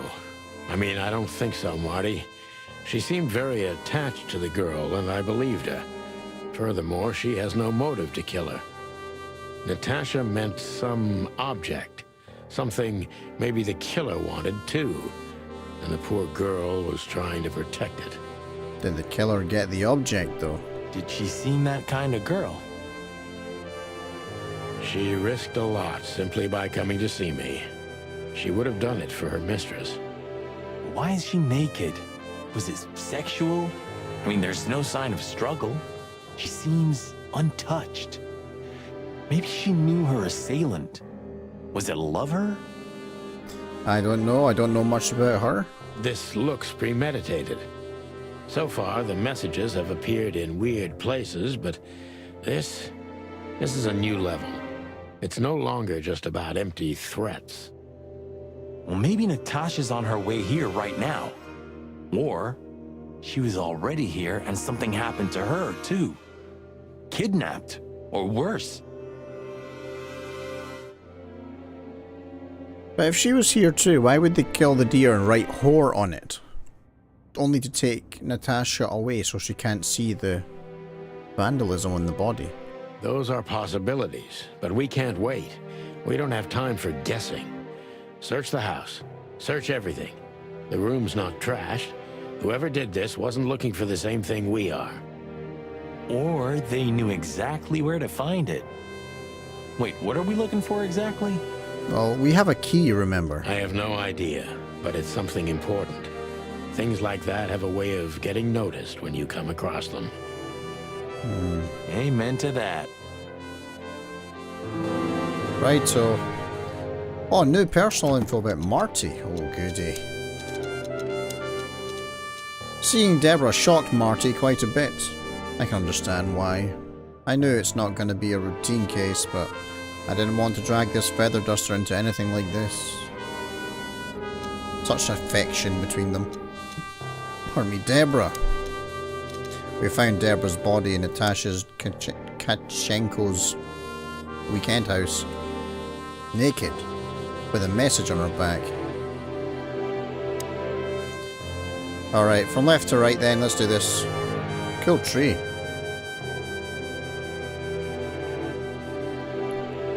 What have we got here? Weird paint family photo. Alright, look at the photo. We'll go to the body last. Oh, family photo. That'll be the family that had to flee, right? This must be Natasha's family. Yep. Wealthy. She did say that. Do you think she's from the Stavonian Tsar's family? Yes. Oh, nobody could have survived that massacre. But I'm sure this family was also close to the fire. I guess there's a little bit more of a reminder in the name of the club than I thought. What is she doing here anyway? What, an alias? Keeping secrets, and now this case? Do you think it's all connected somehow? Let's not draw hasty conclusions, Marty. Alright.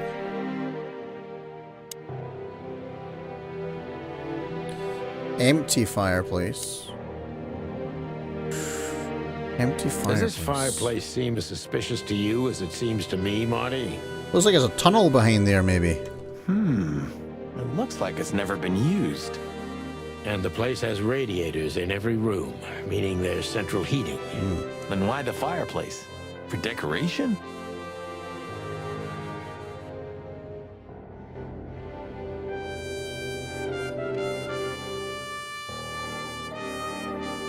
Alright. Weird painting. Oh, bloody hell, that is weird. It's an exceptionally beautiful piece. What does it depict, I wonder? Epileptic fit. I have no idea, Sonny. It's so art, I'm scared to have an opinion.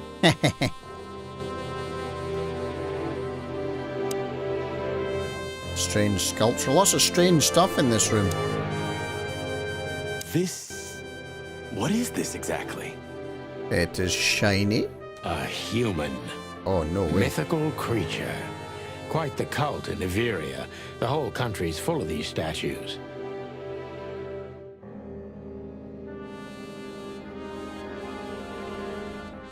Holy shit, so this is... Okay. Does it mean anything? They say humans are the keepers of secrets and the messengers of chaos and destruction. You know, we do our best. You don't think... Oh. Let's take a closer look.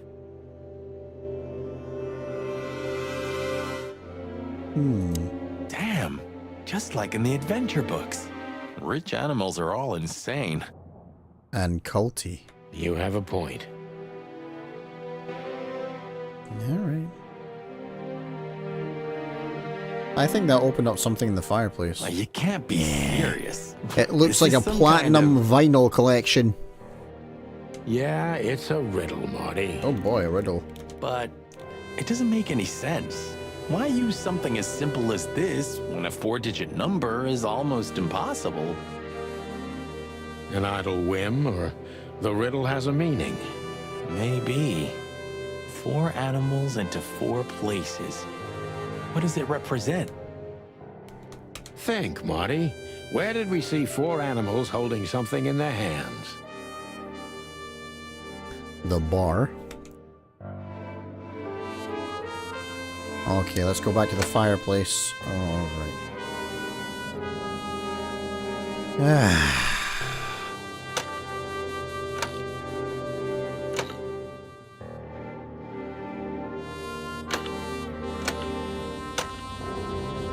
Holding things in their hands.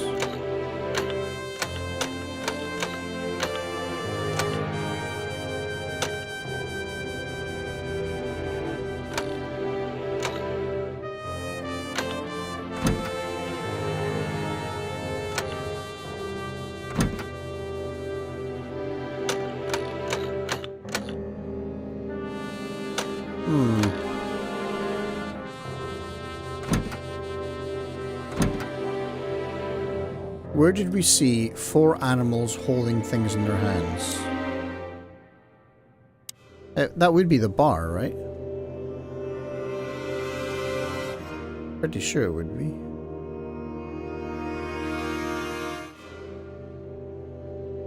Check We the should phone. call the department. Anonymously, of course. Do you still 555 remember the 111, number? right? I haven't called my own workplace in years. 555 111. Cretin. Of course I Yeah. remember. 555-111. Is it? Since when?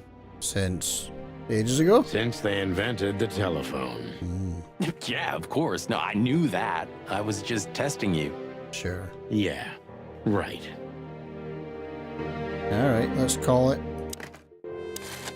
555-111.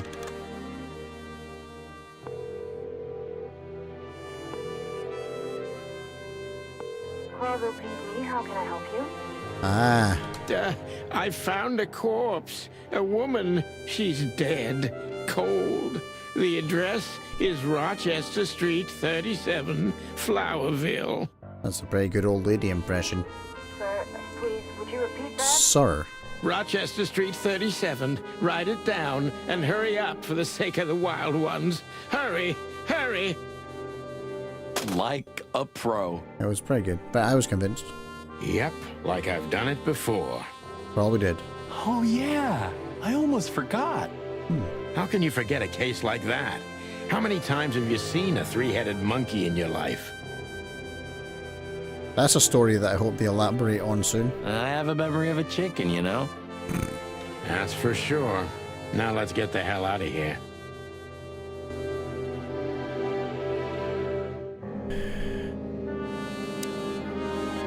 Hold on, though.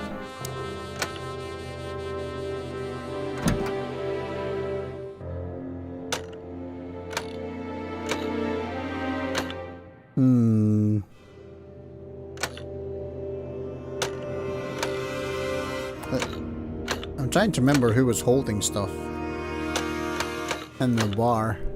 There's no lion. There's no lion. Do I have to get out of here now?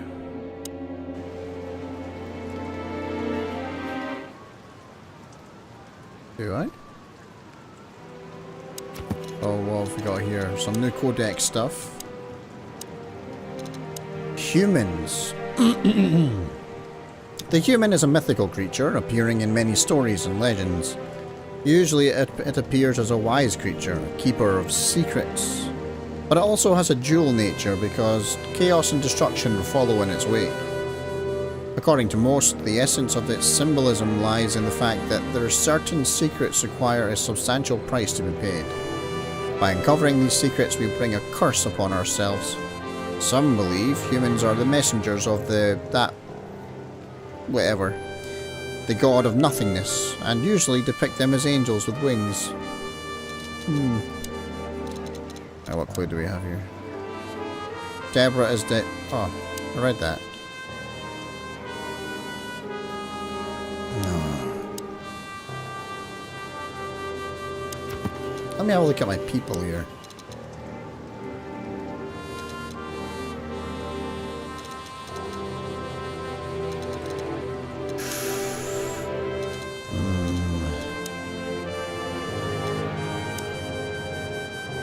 I'm wondering, do I need to go back to the bar?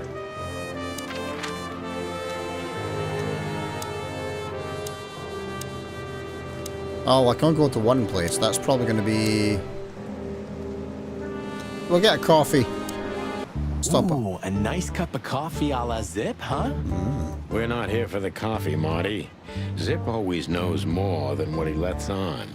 It'd be worth interrogating the old trash panda. Oh, we're gonna dig in deep to the raccoon now. If he forgave us for wrecking his joint last time. Well, you know, we've been here since, and we've kind of already got that animosity out of the way, I'd like to think. He'll never forgive us, Marty, but we helped him out of trouble so many times, he's not gonna have any choice. I hope you're right, old bird. Alright. Is he gonna talk? Everything all right, old man? If there's something we can do for you, just say so, okay? Alright. Well, alright. Nothing for him. Ah, jeez, boys. Out of 2,000 joints in the city, how'd it end up here, huh? Oh, I thought you'd be happy to see me. I thought we were friends. Hello to you too, Zip. How's it hanging? I had no problems, until now. Well, it's because you put that polka dot tie on today. You're going to get attention doing that. Ah, don't be such a drama queen. We just want to ask you a couple of questions, then we're out of here. Alright. And we won't even trash your place this time. What do you say? I say let's get it over with very, very quickly, chickens. Relax, pal. We'll be as fast as a hummingbird. I'm not your pal, and you're as far from a hummingbird as I'm from a polar bear. That's a fair point. We are far away from that. Oh, come on, Zip. Don't be so hard on yourself. Alright.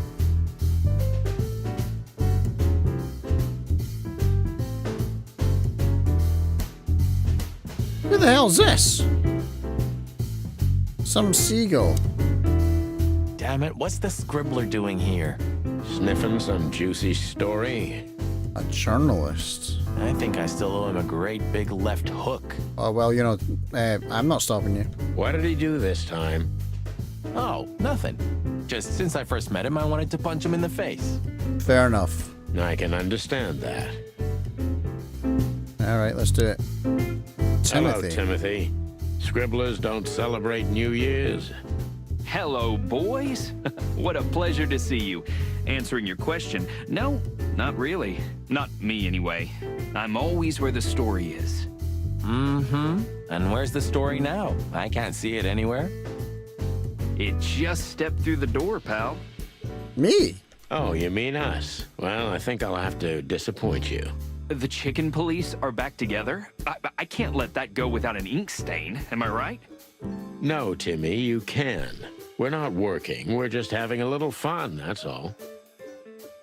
I'm not buying that, boys. You'll have to, Tim. We'll see about that. Is he going to start asking me questions? I don't have time for this. Okay, cool, I got away with it. Right, let's talk to Zip. Is he going to be eavesdropping? Oh, God. I'm going to have to perform a police interrogation in front of a journalist. This is new. Gotta talk to him. So, out with it. Stop winding me up. I'm almost consumed by all this excitement. We've just come from the Tsar Club, Zip. Who do you think we met? If I can guess one, I'd say, was it His Majesty Hobart Ibn Wessler, the Rat Prime himself? That on, pal. What a Of course you don't. Damn it. Just a couple questions. Go on, boys. Hurry up, will you? Alright. Let's get the questions started then. I've already asked about Zip himself. What about the fancy whiskey? Oh wait, is he going to look at this for me? Look what we found, Zip. Furry hell. Who'd you beat to death for that? Beat to death? Who do you think we are? We simply confiscated it. Yes, it's evidence for a case. You sneaky broilers. I'll give you $50 for it.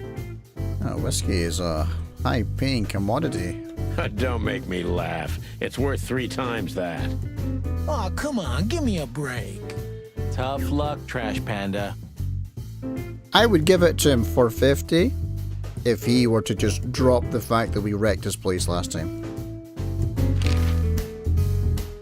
Philmar Lowe. We also ran into Philmar. Philmar? Who's that? Oh, you're playing the innocent. I love it when they do that. A grumpy old raggedy-ass hawk. His manners are even worse than mine. Ring a bell? You mean Marlowe? Was Marlowe. Now he goes by Philmar Lowe. Oh, I see. So that means he's still alive? Yeah, I'm almost not surprised. The old guy has a reputation of being indestructible, huh? He's starting to feel his age, though. He is. And he gave us something that could mean something. Alright, strange list of names. Let's see if he recognizes any of them. Look at this, Zip. Holy crap, what's this? The guest list at a king's birthday party? Hey, that's not even a bad guess. What do you make of it? This piece of paper's from so high up where I've never been myself, boys, so don't ask me. I think we're talking Illuminati levels of prestige here. A frightened cat. We spoke to Natasha. She's scared. Well, it's not good life insurance to be the girl of the most powerful gangster in the city. Fair enough. It's not about that. Someone's been writing offensive messages to her. She feels threatened. She does not feel like society's progressing in the right direction. I only know that every second husband in the city wants to have her, and every second wife wants to wring her neck because of that. Nothing else. Thanks, Zip, but we're not any further ahead. But not further back, right? Alright, I'm not sure that helped. What's up, Zip? Quiet night, I see. And what's Timothy doing here? Other than eavesdropping on me. That's exactly what I asked him when he wound up here. But yeah, he's a regular nowadays. He must be sniffing some kind of story about the hive. About the riots? Have they reached here already? I ain't seen nothing. More cops around, yeah, as you can see for yourself. Including us too. We're not on duty, Zip. It's still the same. A cop's a cop. A lot come by, but besides beating up bugs, nothing much happens. Slow night then. It will, Zip. I can sniff it in the air. If you say so, Sonny, your sense of smell is better than mine. Maybe once. Was that an old person joke there? God damn it. What have we got here? Timothy Saltwater, Seagull. Loud, annoying, and overly enthusiastic. Unfortunately, he's a #1 fan of the Chicken Police. Oh, balls. Scribbler Tim, real name Timothy Saltwater. He is a douchebag. A real nosy bastard An annoying little shit. But still, I have to admit, he is the best investigative reporter in Clawville. Back in the day, he had a big part in the Chicken Police becoming what we were for a long time. Real star cops. So you mean it's he's responsible for us falling out of favor with the general public? Do you remember that time when Zip made you wash dishes all night? Do I remember? I'll never forget it. My feathers smelled of soap for a week. Damn. At least you've learned your lesson. Never leave home without your wallet. Like, that's a lesson to live by there. Because your partner won't help you out. But hey, wasn't it you who went out to buy a pack of smokes without your wallet tonight? Well, that's... I did that? That's different. Yeah, right. If that's true, I've just been busted. Alright.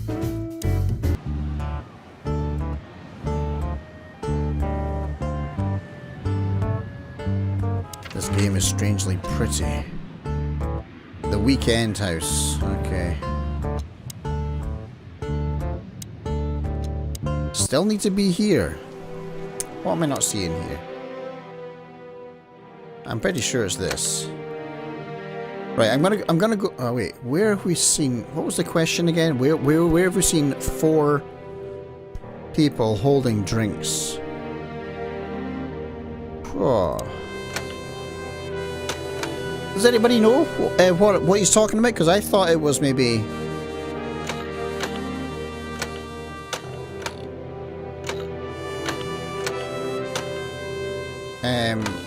Like animals that we saw at the club. But I may be wrong about that. Oh.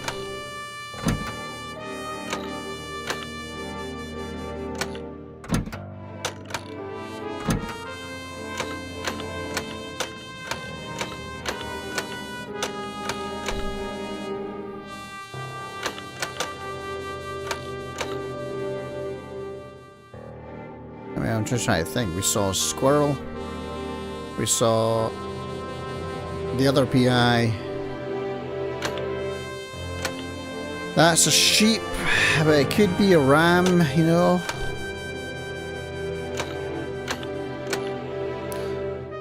We did see a wolf as well, I think. We didn't see a lion. I don't remember seeing a lion.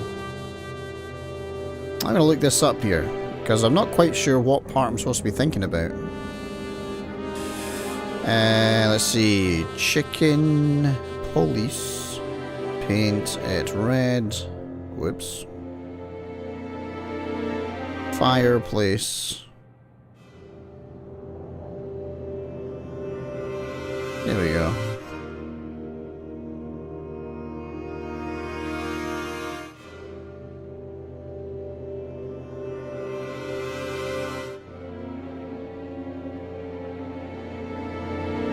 All right.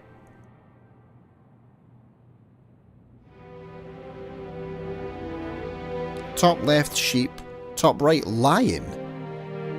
When did we ever see a lion? That's a sheep. Lion.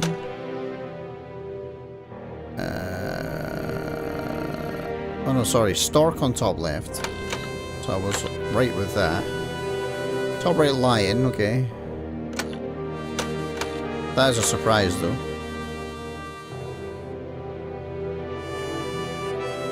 Oh no, top left, sheep. The way this person's written it is kind of weird. Lion on bottom left.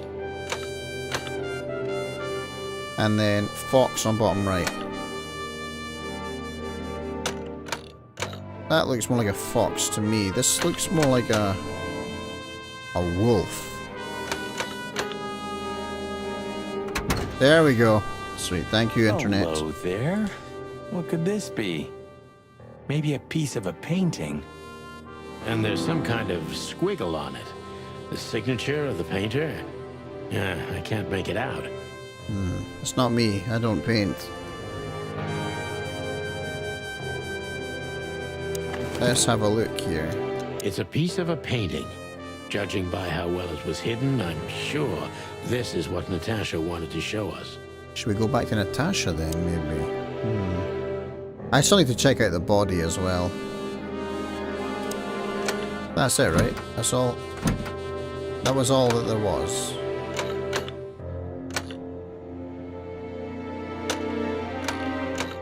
Just gonna check that. Oops. No, okay. Let's look at the body. Or the message here too, with the same spelling. This yes, person's but consistent. This isn't about Deborah, and wasn't meant for her. She was literally just collateral damage. It was meant for Natasha. Damn. Obviously.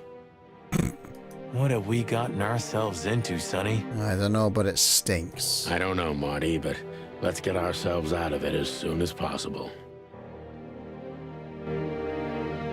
Yeah, alright.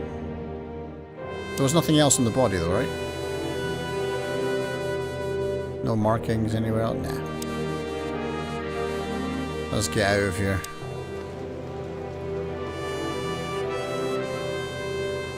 Where would I go now?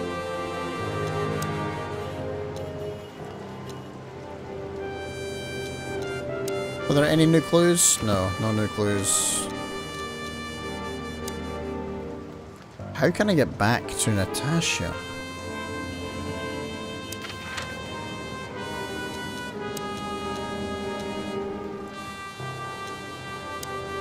I don't know, Sonny. What exactly are we doing here?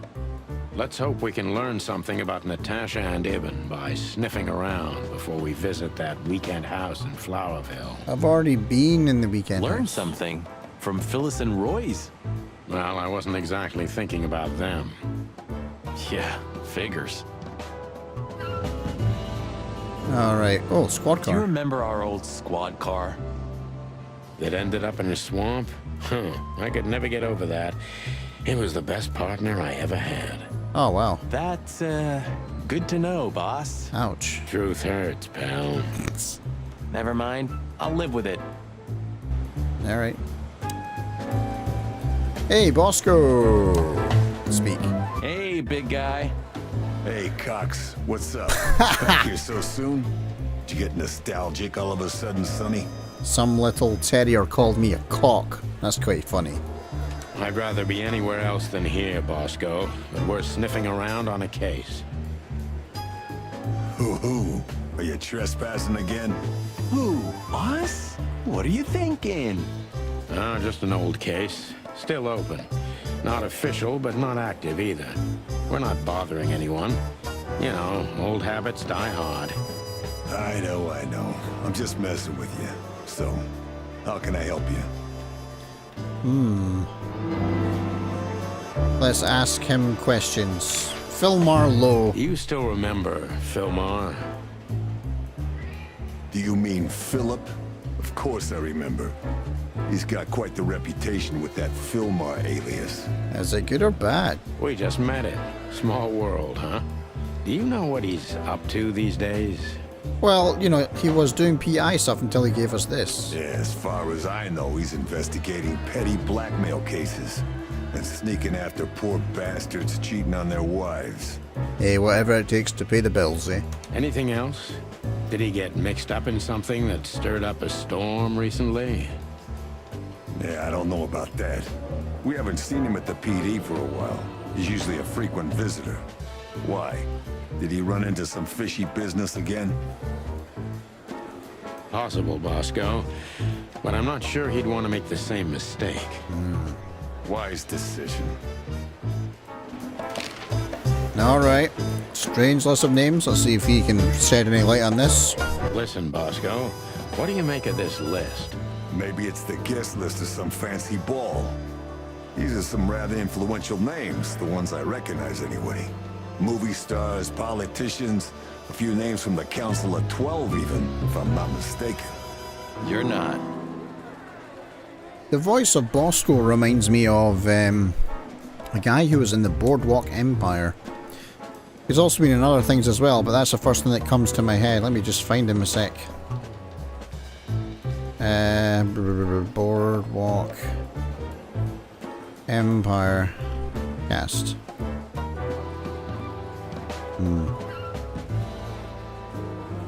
Who am I looking for here? Nothing on the immediate cast then. So IMDb cast.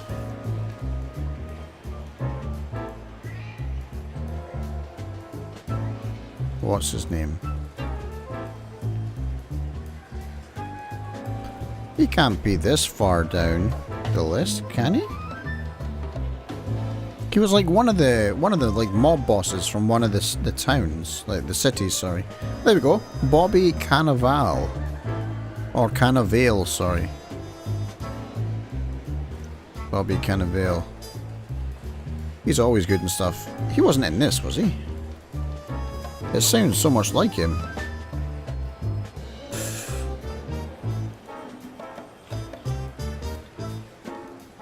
Let's see.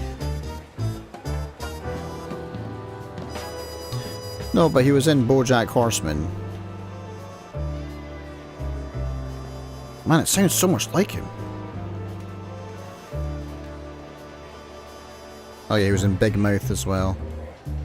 Thunder Force. Oh yeah, I've seen a few of the things that he's been in. He's usually pretty good. Right. Are you blackmailing them? Because if you are, I'll gladly accept a nice big juicy bone in exchange for my silence. Okay, there is something missing from the voice, so yeah, it definitely isn't him, but it was so similar. Stop screwing around, Bosco. It has nothing to do with our case. Which is what, exactly? We're still not gonna tell you. Neener, neener, neener. Watch this, you'll get so mad at me, you'll just, like, pee on my leg or something. Natasha. Listen, Bosco, what have you heard about that singer, Natasha Katsenko? You mean that little bimbo fooling around with Ibn Wessler? They say she's the jackpot, but I've never been into cats, you know. You couldn't be more racist if you tried, Bosco. Don't misunderstand me. I don't have a problem with cats at all. I'm simply allergic to them. I can't stand being around them. I don't even take cases with cats. Well, that's just an interesting thing to say. That's like some racist old person saying, oh, I've got no problem with colored people, but I wouldn't want to live next door to one, you know? It's kind of like that. Good for you. I should have used that excuse myself. Why? Is your investigation related to her? What? No, of course not. We just came from her show. That's why I asked. Good save, Marty. Good job he's here. And what's she like? Oh, nice. Well, I guess your cat allergy would go away for the rest of your life if you met her. Really? Maybe I'll have a go and see for myself one day. Alright, let's talk to him again. The boss? He's not in a good mood. Malloy got so drunk he pissed himself. Oh my. And we just put the cherry on top, huh? Mostly you, Sonny. No offense. Oh. None taken. I'm used to it. Everything rolls right off my feathers. That's those lovely oils that birds have. Alright, let's talk to Monica. So soon?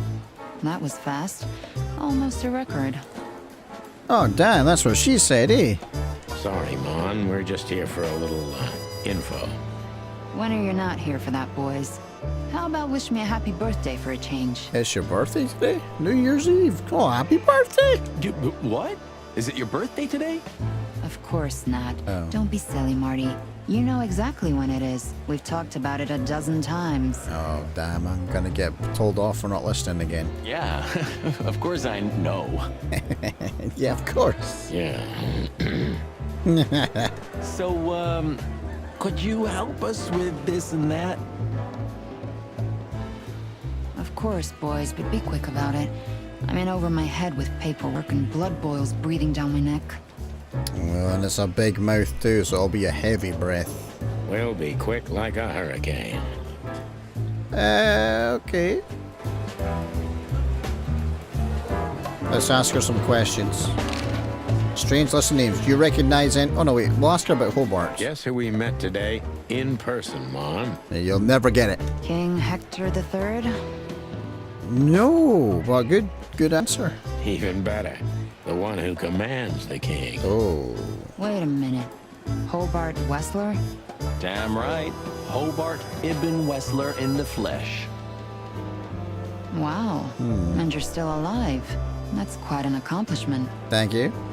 But seriously, have you heard that he wants to get out of the black market business? Allegedly, he's trying to clear his name with some kind of new meat substitute. His name's gonna be rather difficult to clear. There's a lot going on there. It's a heroic and impossible venture. I haven't heard about it, but it's an interesting addition to what I know. Oh, so we were actually useful. Which is? Ibn's been acting very strange lately, and he left most of his business dealings to one of his goons, Mickey. Yeah. Also known as the Butcher, the Mongrel, and the Slayer. Also the Marauder, no? Yeah, we once had the pleasure of meeting him. That's all I know, boys. I know it's not very much, but it's something, I guess. I'll keep my ears open. Thanks. Thanks, Mon. Alright, strange list of names. Listen, Mon, a reliable old friend shoved this into my hand. Could you take a quick glance at it? Quite an imposing list. What could those numbers mean? It could be a date even, but no, this is something else. That's what we were thinking too, and we got nowhere. But you see a lot of documents. So, is there anything familiar about this? I don't know why, but Bosco is floating around like a ghost. See that? Unfortunately not, boys. The names are imposing indeed, but based on this, it could be almost anything. The richest of the rich get together on all kinds of excuses. It must be a secret cult. Oh, cult guys. It could be, of course, but also anything else. I'm sorry I couldn't help you more. It's okay. You did your best. Ah, don't mention it, Mon. Thanks for your time. Yes, the time. Or, wait a minute. There is something. Oh. Now stop teasing us, Mon. I'm sure you've noticed that all the names in the list are men, right?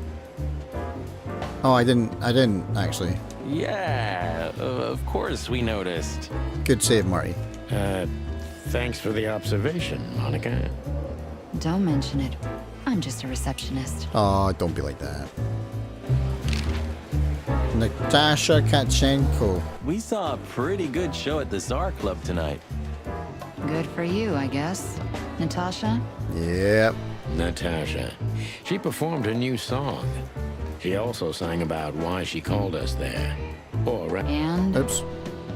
Didn't miss much there. He said, or rather me.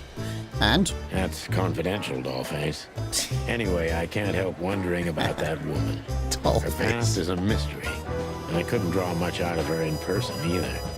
Yeah, she was quite closed. Women like her always have something to hide, Sonny. I think that's exactly what makes men fall head over heels for them. I know another broad who's all mysterious. Monica. Oh yeah? What's her name? I'll look her up if we have a file on her. Oh, she is really not paying attention, is she? Marty, shut up. Yes. Oh, you mean me, right? All mysterious, full of secrets, and grace. I didn't even hear that, Marty. That must be workplace harassment that she thinks is happening right now, so she's pretending it's not happening. Alright, Olivia Blackwig. Do we have a file on a woman called Olivia Blackwig?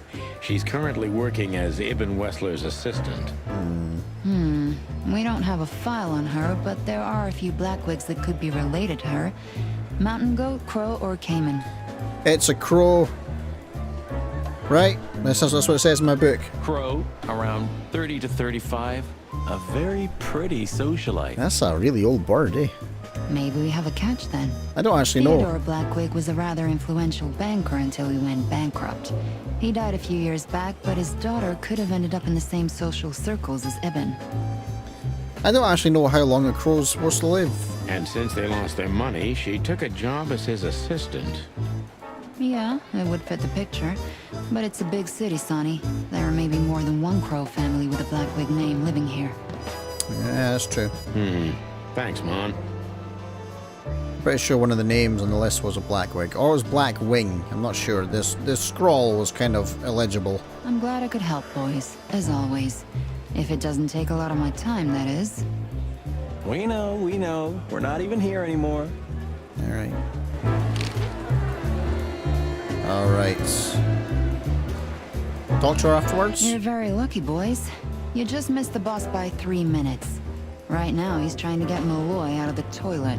Oh. Still can't hold his liquor, huh? Neither on or off duty. But today, he is sloshed. Sloshed. Well, he's a water buffalo, isn't he? He knows how to swim. No, Sonny, just a buffalo. The two are totally different things. Alright.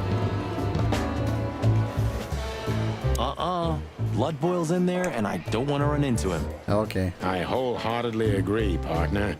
Let's avoid the whole office section as much as possible. It's there, though. It's such a tease. Officer Barkman, unwavering cop, and a slavering beast. Oh, wow. Alright. Got some new intel. Bit of codex here, let's see. Council of 12. Although Clawville is a monarchy, the actual power and jurisdiction, aside from the king, are in the hands of the Council of 12. Or as most animals think, entirely. And the king himself is only a puppet and a symbol. The members of the council are the mightiest animals in the city, after the king, employing not only politicians, but influential businessmen as well. Meat substitutes. Meat replacement or meat substitute foods made it possible to reduce meat consumption, predation, and domestic cannibalism in the whole wilderness. These products are widespread nowadays and are not only popular with predators, but all kinds of animals. Alright. Cool.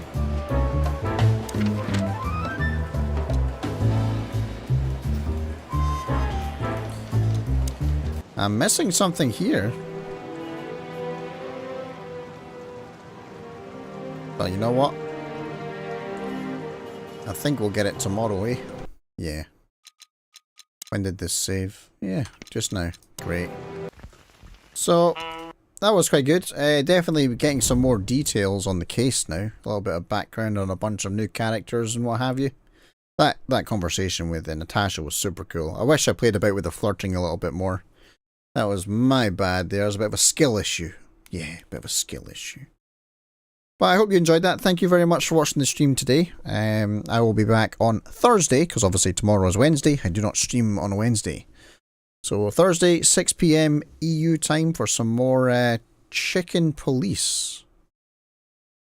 Man, it's lovely. It feels great. The music is on point. The sort of parallax animation stuff that's going on is super nice. It looks simple but clean. And then obviously the black and white and the rain and all that kind of stuff kind of adds that really dark noir vibe. Super nice. I'm looking forward to continuing it on Wednesday. Thursday. Wednesday I'm not streaming. I'll be doing everything else but, probably. But yeah, thanks for hanging out with me tonight. I hope that you enjoy the rest of your evenings. What I'm going to do is leave you with my outro highlight reel. And then I will be ending the stream after it's finished. And then I'll see you again on Thursday, eh? Thanks again, and I'll see you soon. Bye.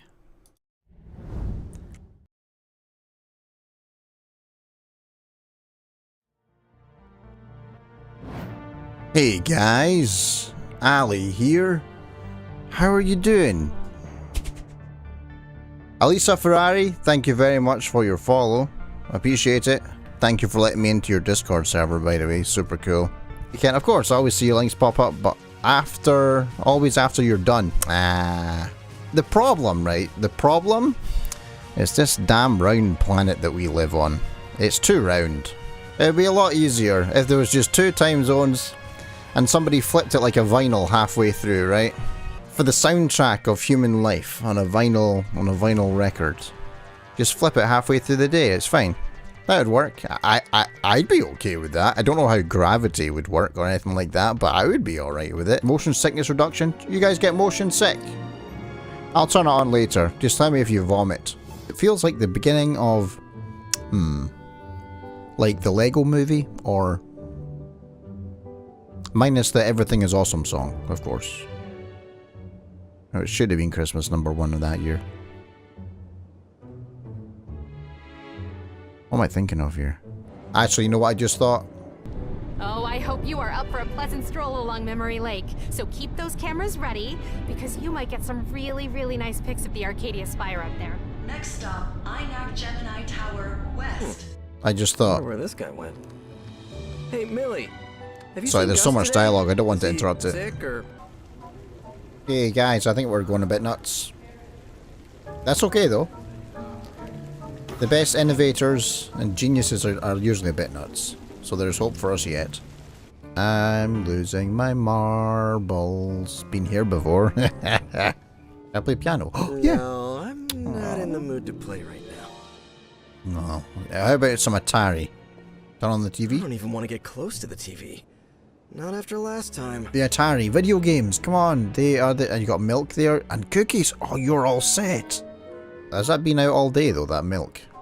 Oh. No, thank you. God damn. You know, there's something about 70s fashion I kind of like. Like if you watch a film like Black Dynamite or Anchorman, there's just something really nice about that fashion. 80s had the music, but I think 70s had the clothes.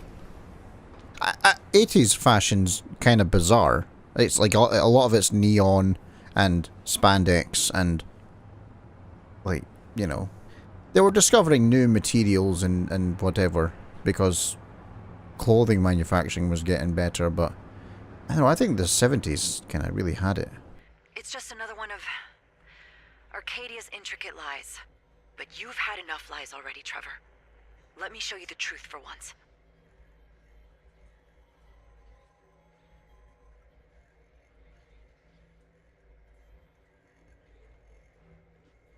Guys, I have a question for you. Can you handle the truth? It's a lot. Like, you know, our world views are about to be completely blown wide open right now. Are you ready? I'm going to open this door.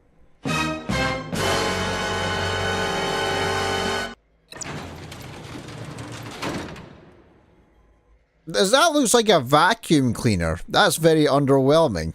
Alrighty, my bladder is empty, my water bottle is full, my legs are stretched, and I'm ready to continue. Hope your water bottle isn't full as a result of emptying your bladder. No, but my bladder is about to become full as a result of emptying my water bottle. Use your key to activate the manual override. A red light indicates an animatronic malfunction. I'll let her read it, I guess. Hey, let's read this.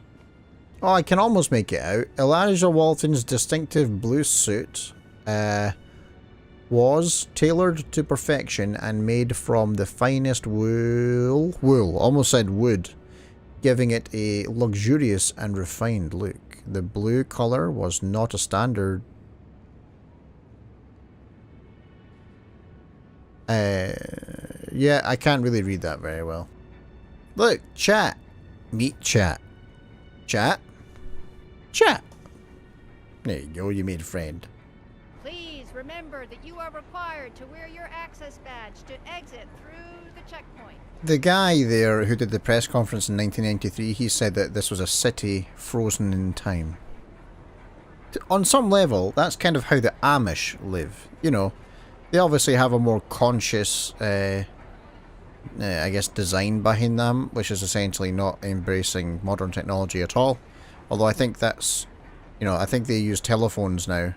It kind of gets modified every so often as they obviously need to be able to live their lives and make certain concessions that will allow them to do that. But it's kind of weird that people generally have this view of the Amish as kind of being backwards, you know, literally stuck in time, maybe a little bit stupid. But if you do exactly the same thing, televise it and sell tickets, it's perfectly fine. And to unwilling, not necessarily unwilling, but unknowing participants, no less. I need to find a VHS tape in 2023. Recording studio. There we go. I'm gonna go into storage. Maybe he's in the cafeteria, waiting to be called. Maybe he's in the cafeteria. Now I need to find Zeus Washington, Zeke Wasabi, or whatever this guy is, and clone his ID. Zeke Wasabi. Right. Coffee and snacks. What did he look like again? Oh, shit. 2 seconds, I forgot. Storage. Okay, so he looks a bit like a nerd. We all know what they look like, don't we, guys? Because I think we are all one. In our own little ways, we are all nerds about something. Everybody is. Some people are nerds about football. Some people are nerds about Formula 1. Some people are nerds about tech. So we're looking for a nerd in a room full of Okay, I see the problem now. Okay, you don't look like the nerd I'm looking for. You do, though. Hey, there dude. he is. I'm sure he's the storage room guy. I just said that out loud right in front of him. I need a non-digital media to encrypt my data. Any Well. VHS will do. Low... I don't know. Okay, this Comet VHS will do the trick. Mira, está en español y todo. Excuse me? Sweet. Now I have access to security without any issues. Attention, all Well, security fuck. personnel. Surprised nobody can see me considering the glass. Wait, that's the piano Kovacs always played at the end of every episode. Oh, really? It's still there? It was my favorite part. Damn. That's what got me into music. You mind if I... No, go ahead. Nobody can hear you here.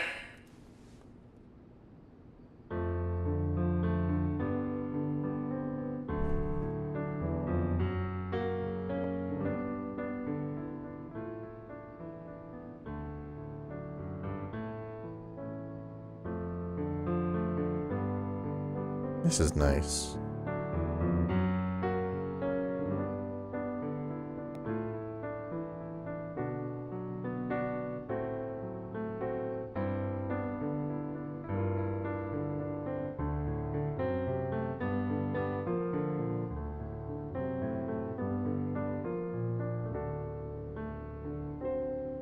He was born in Arcadia, yeah. New Arcadia, not this old Arcadia.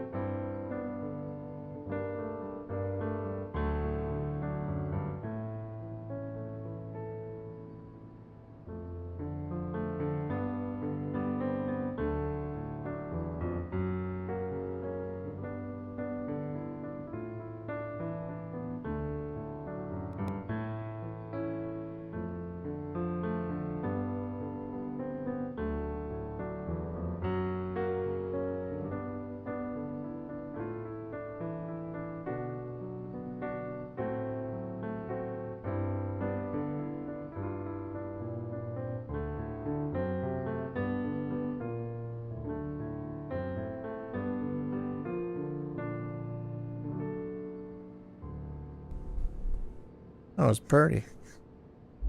She has no nose. Nobody has a nose in this game.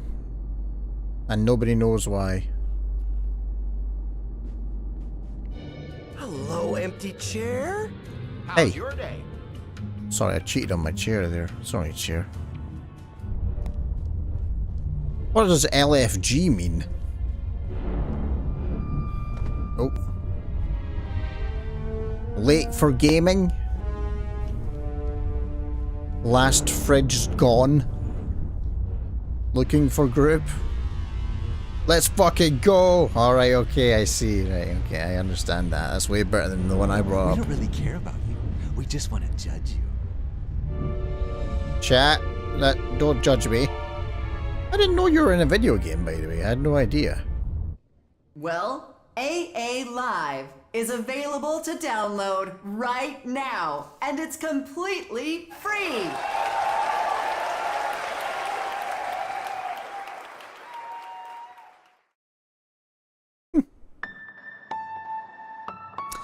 How do her glasses stay on her face? Well, she's a slimy alien reptilian woman, isn't she? So they probably just stick there. 1.3 million viewers. Who now, you bastards?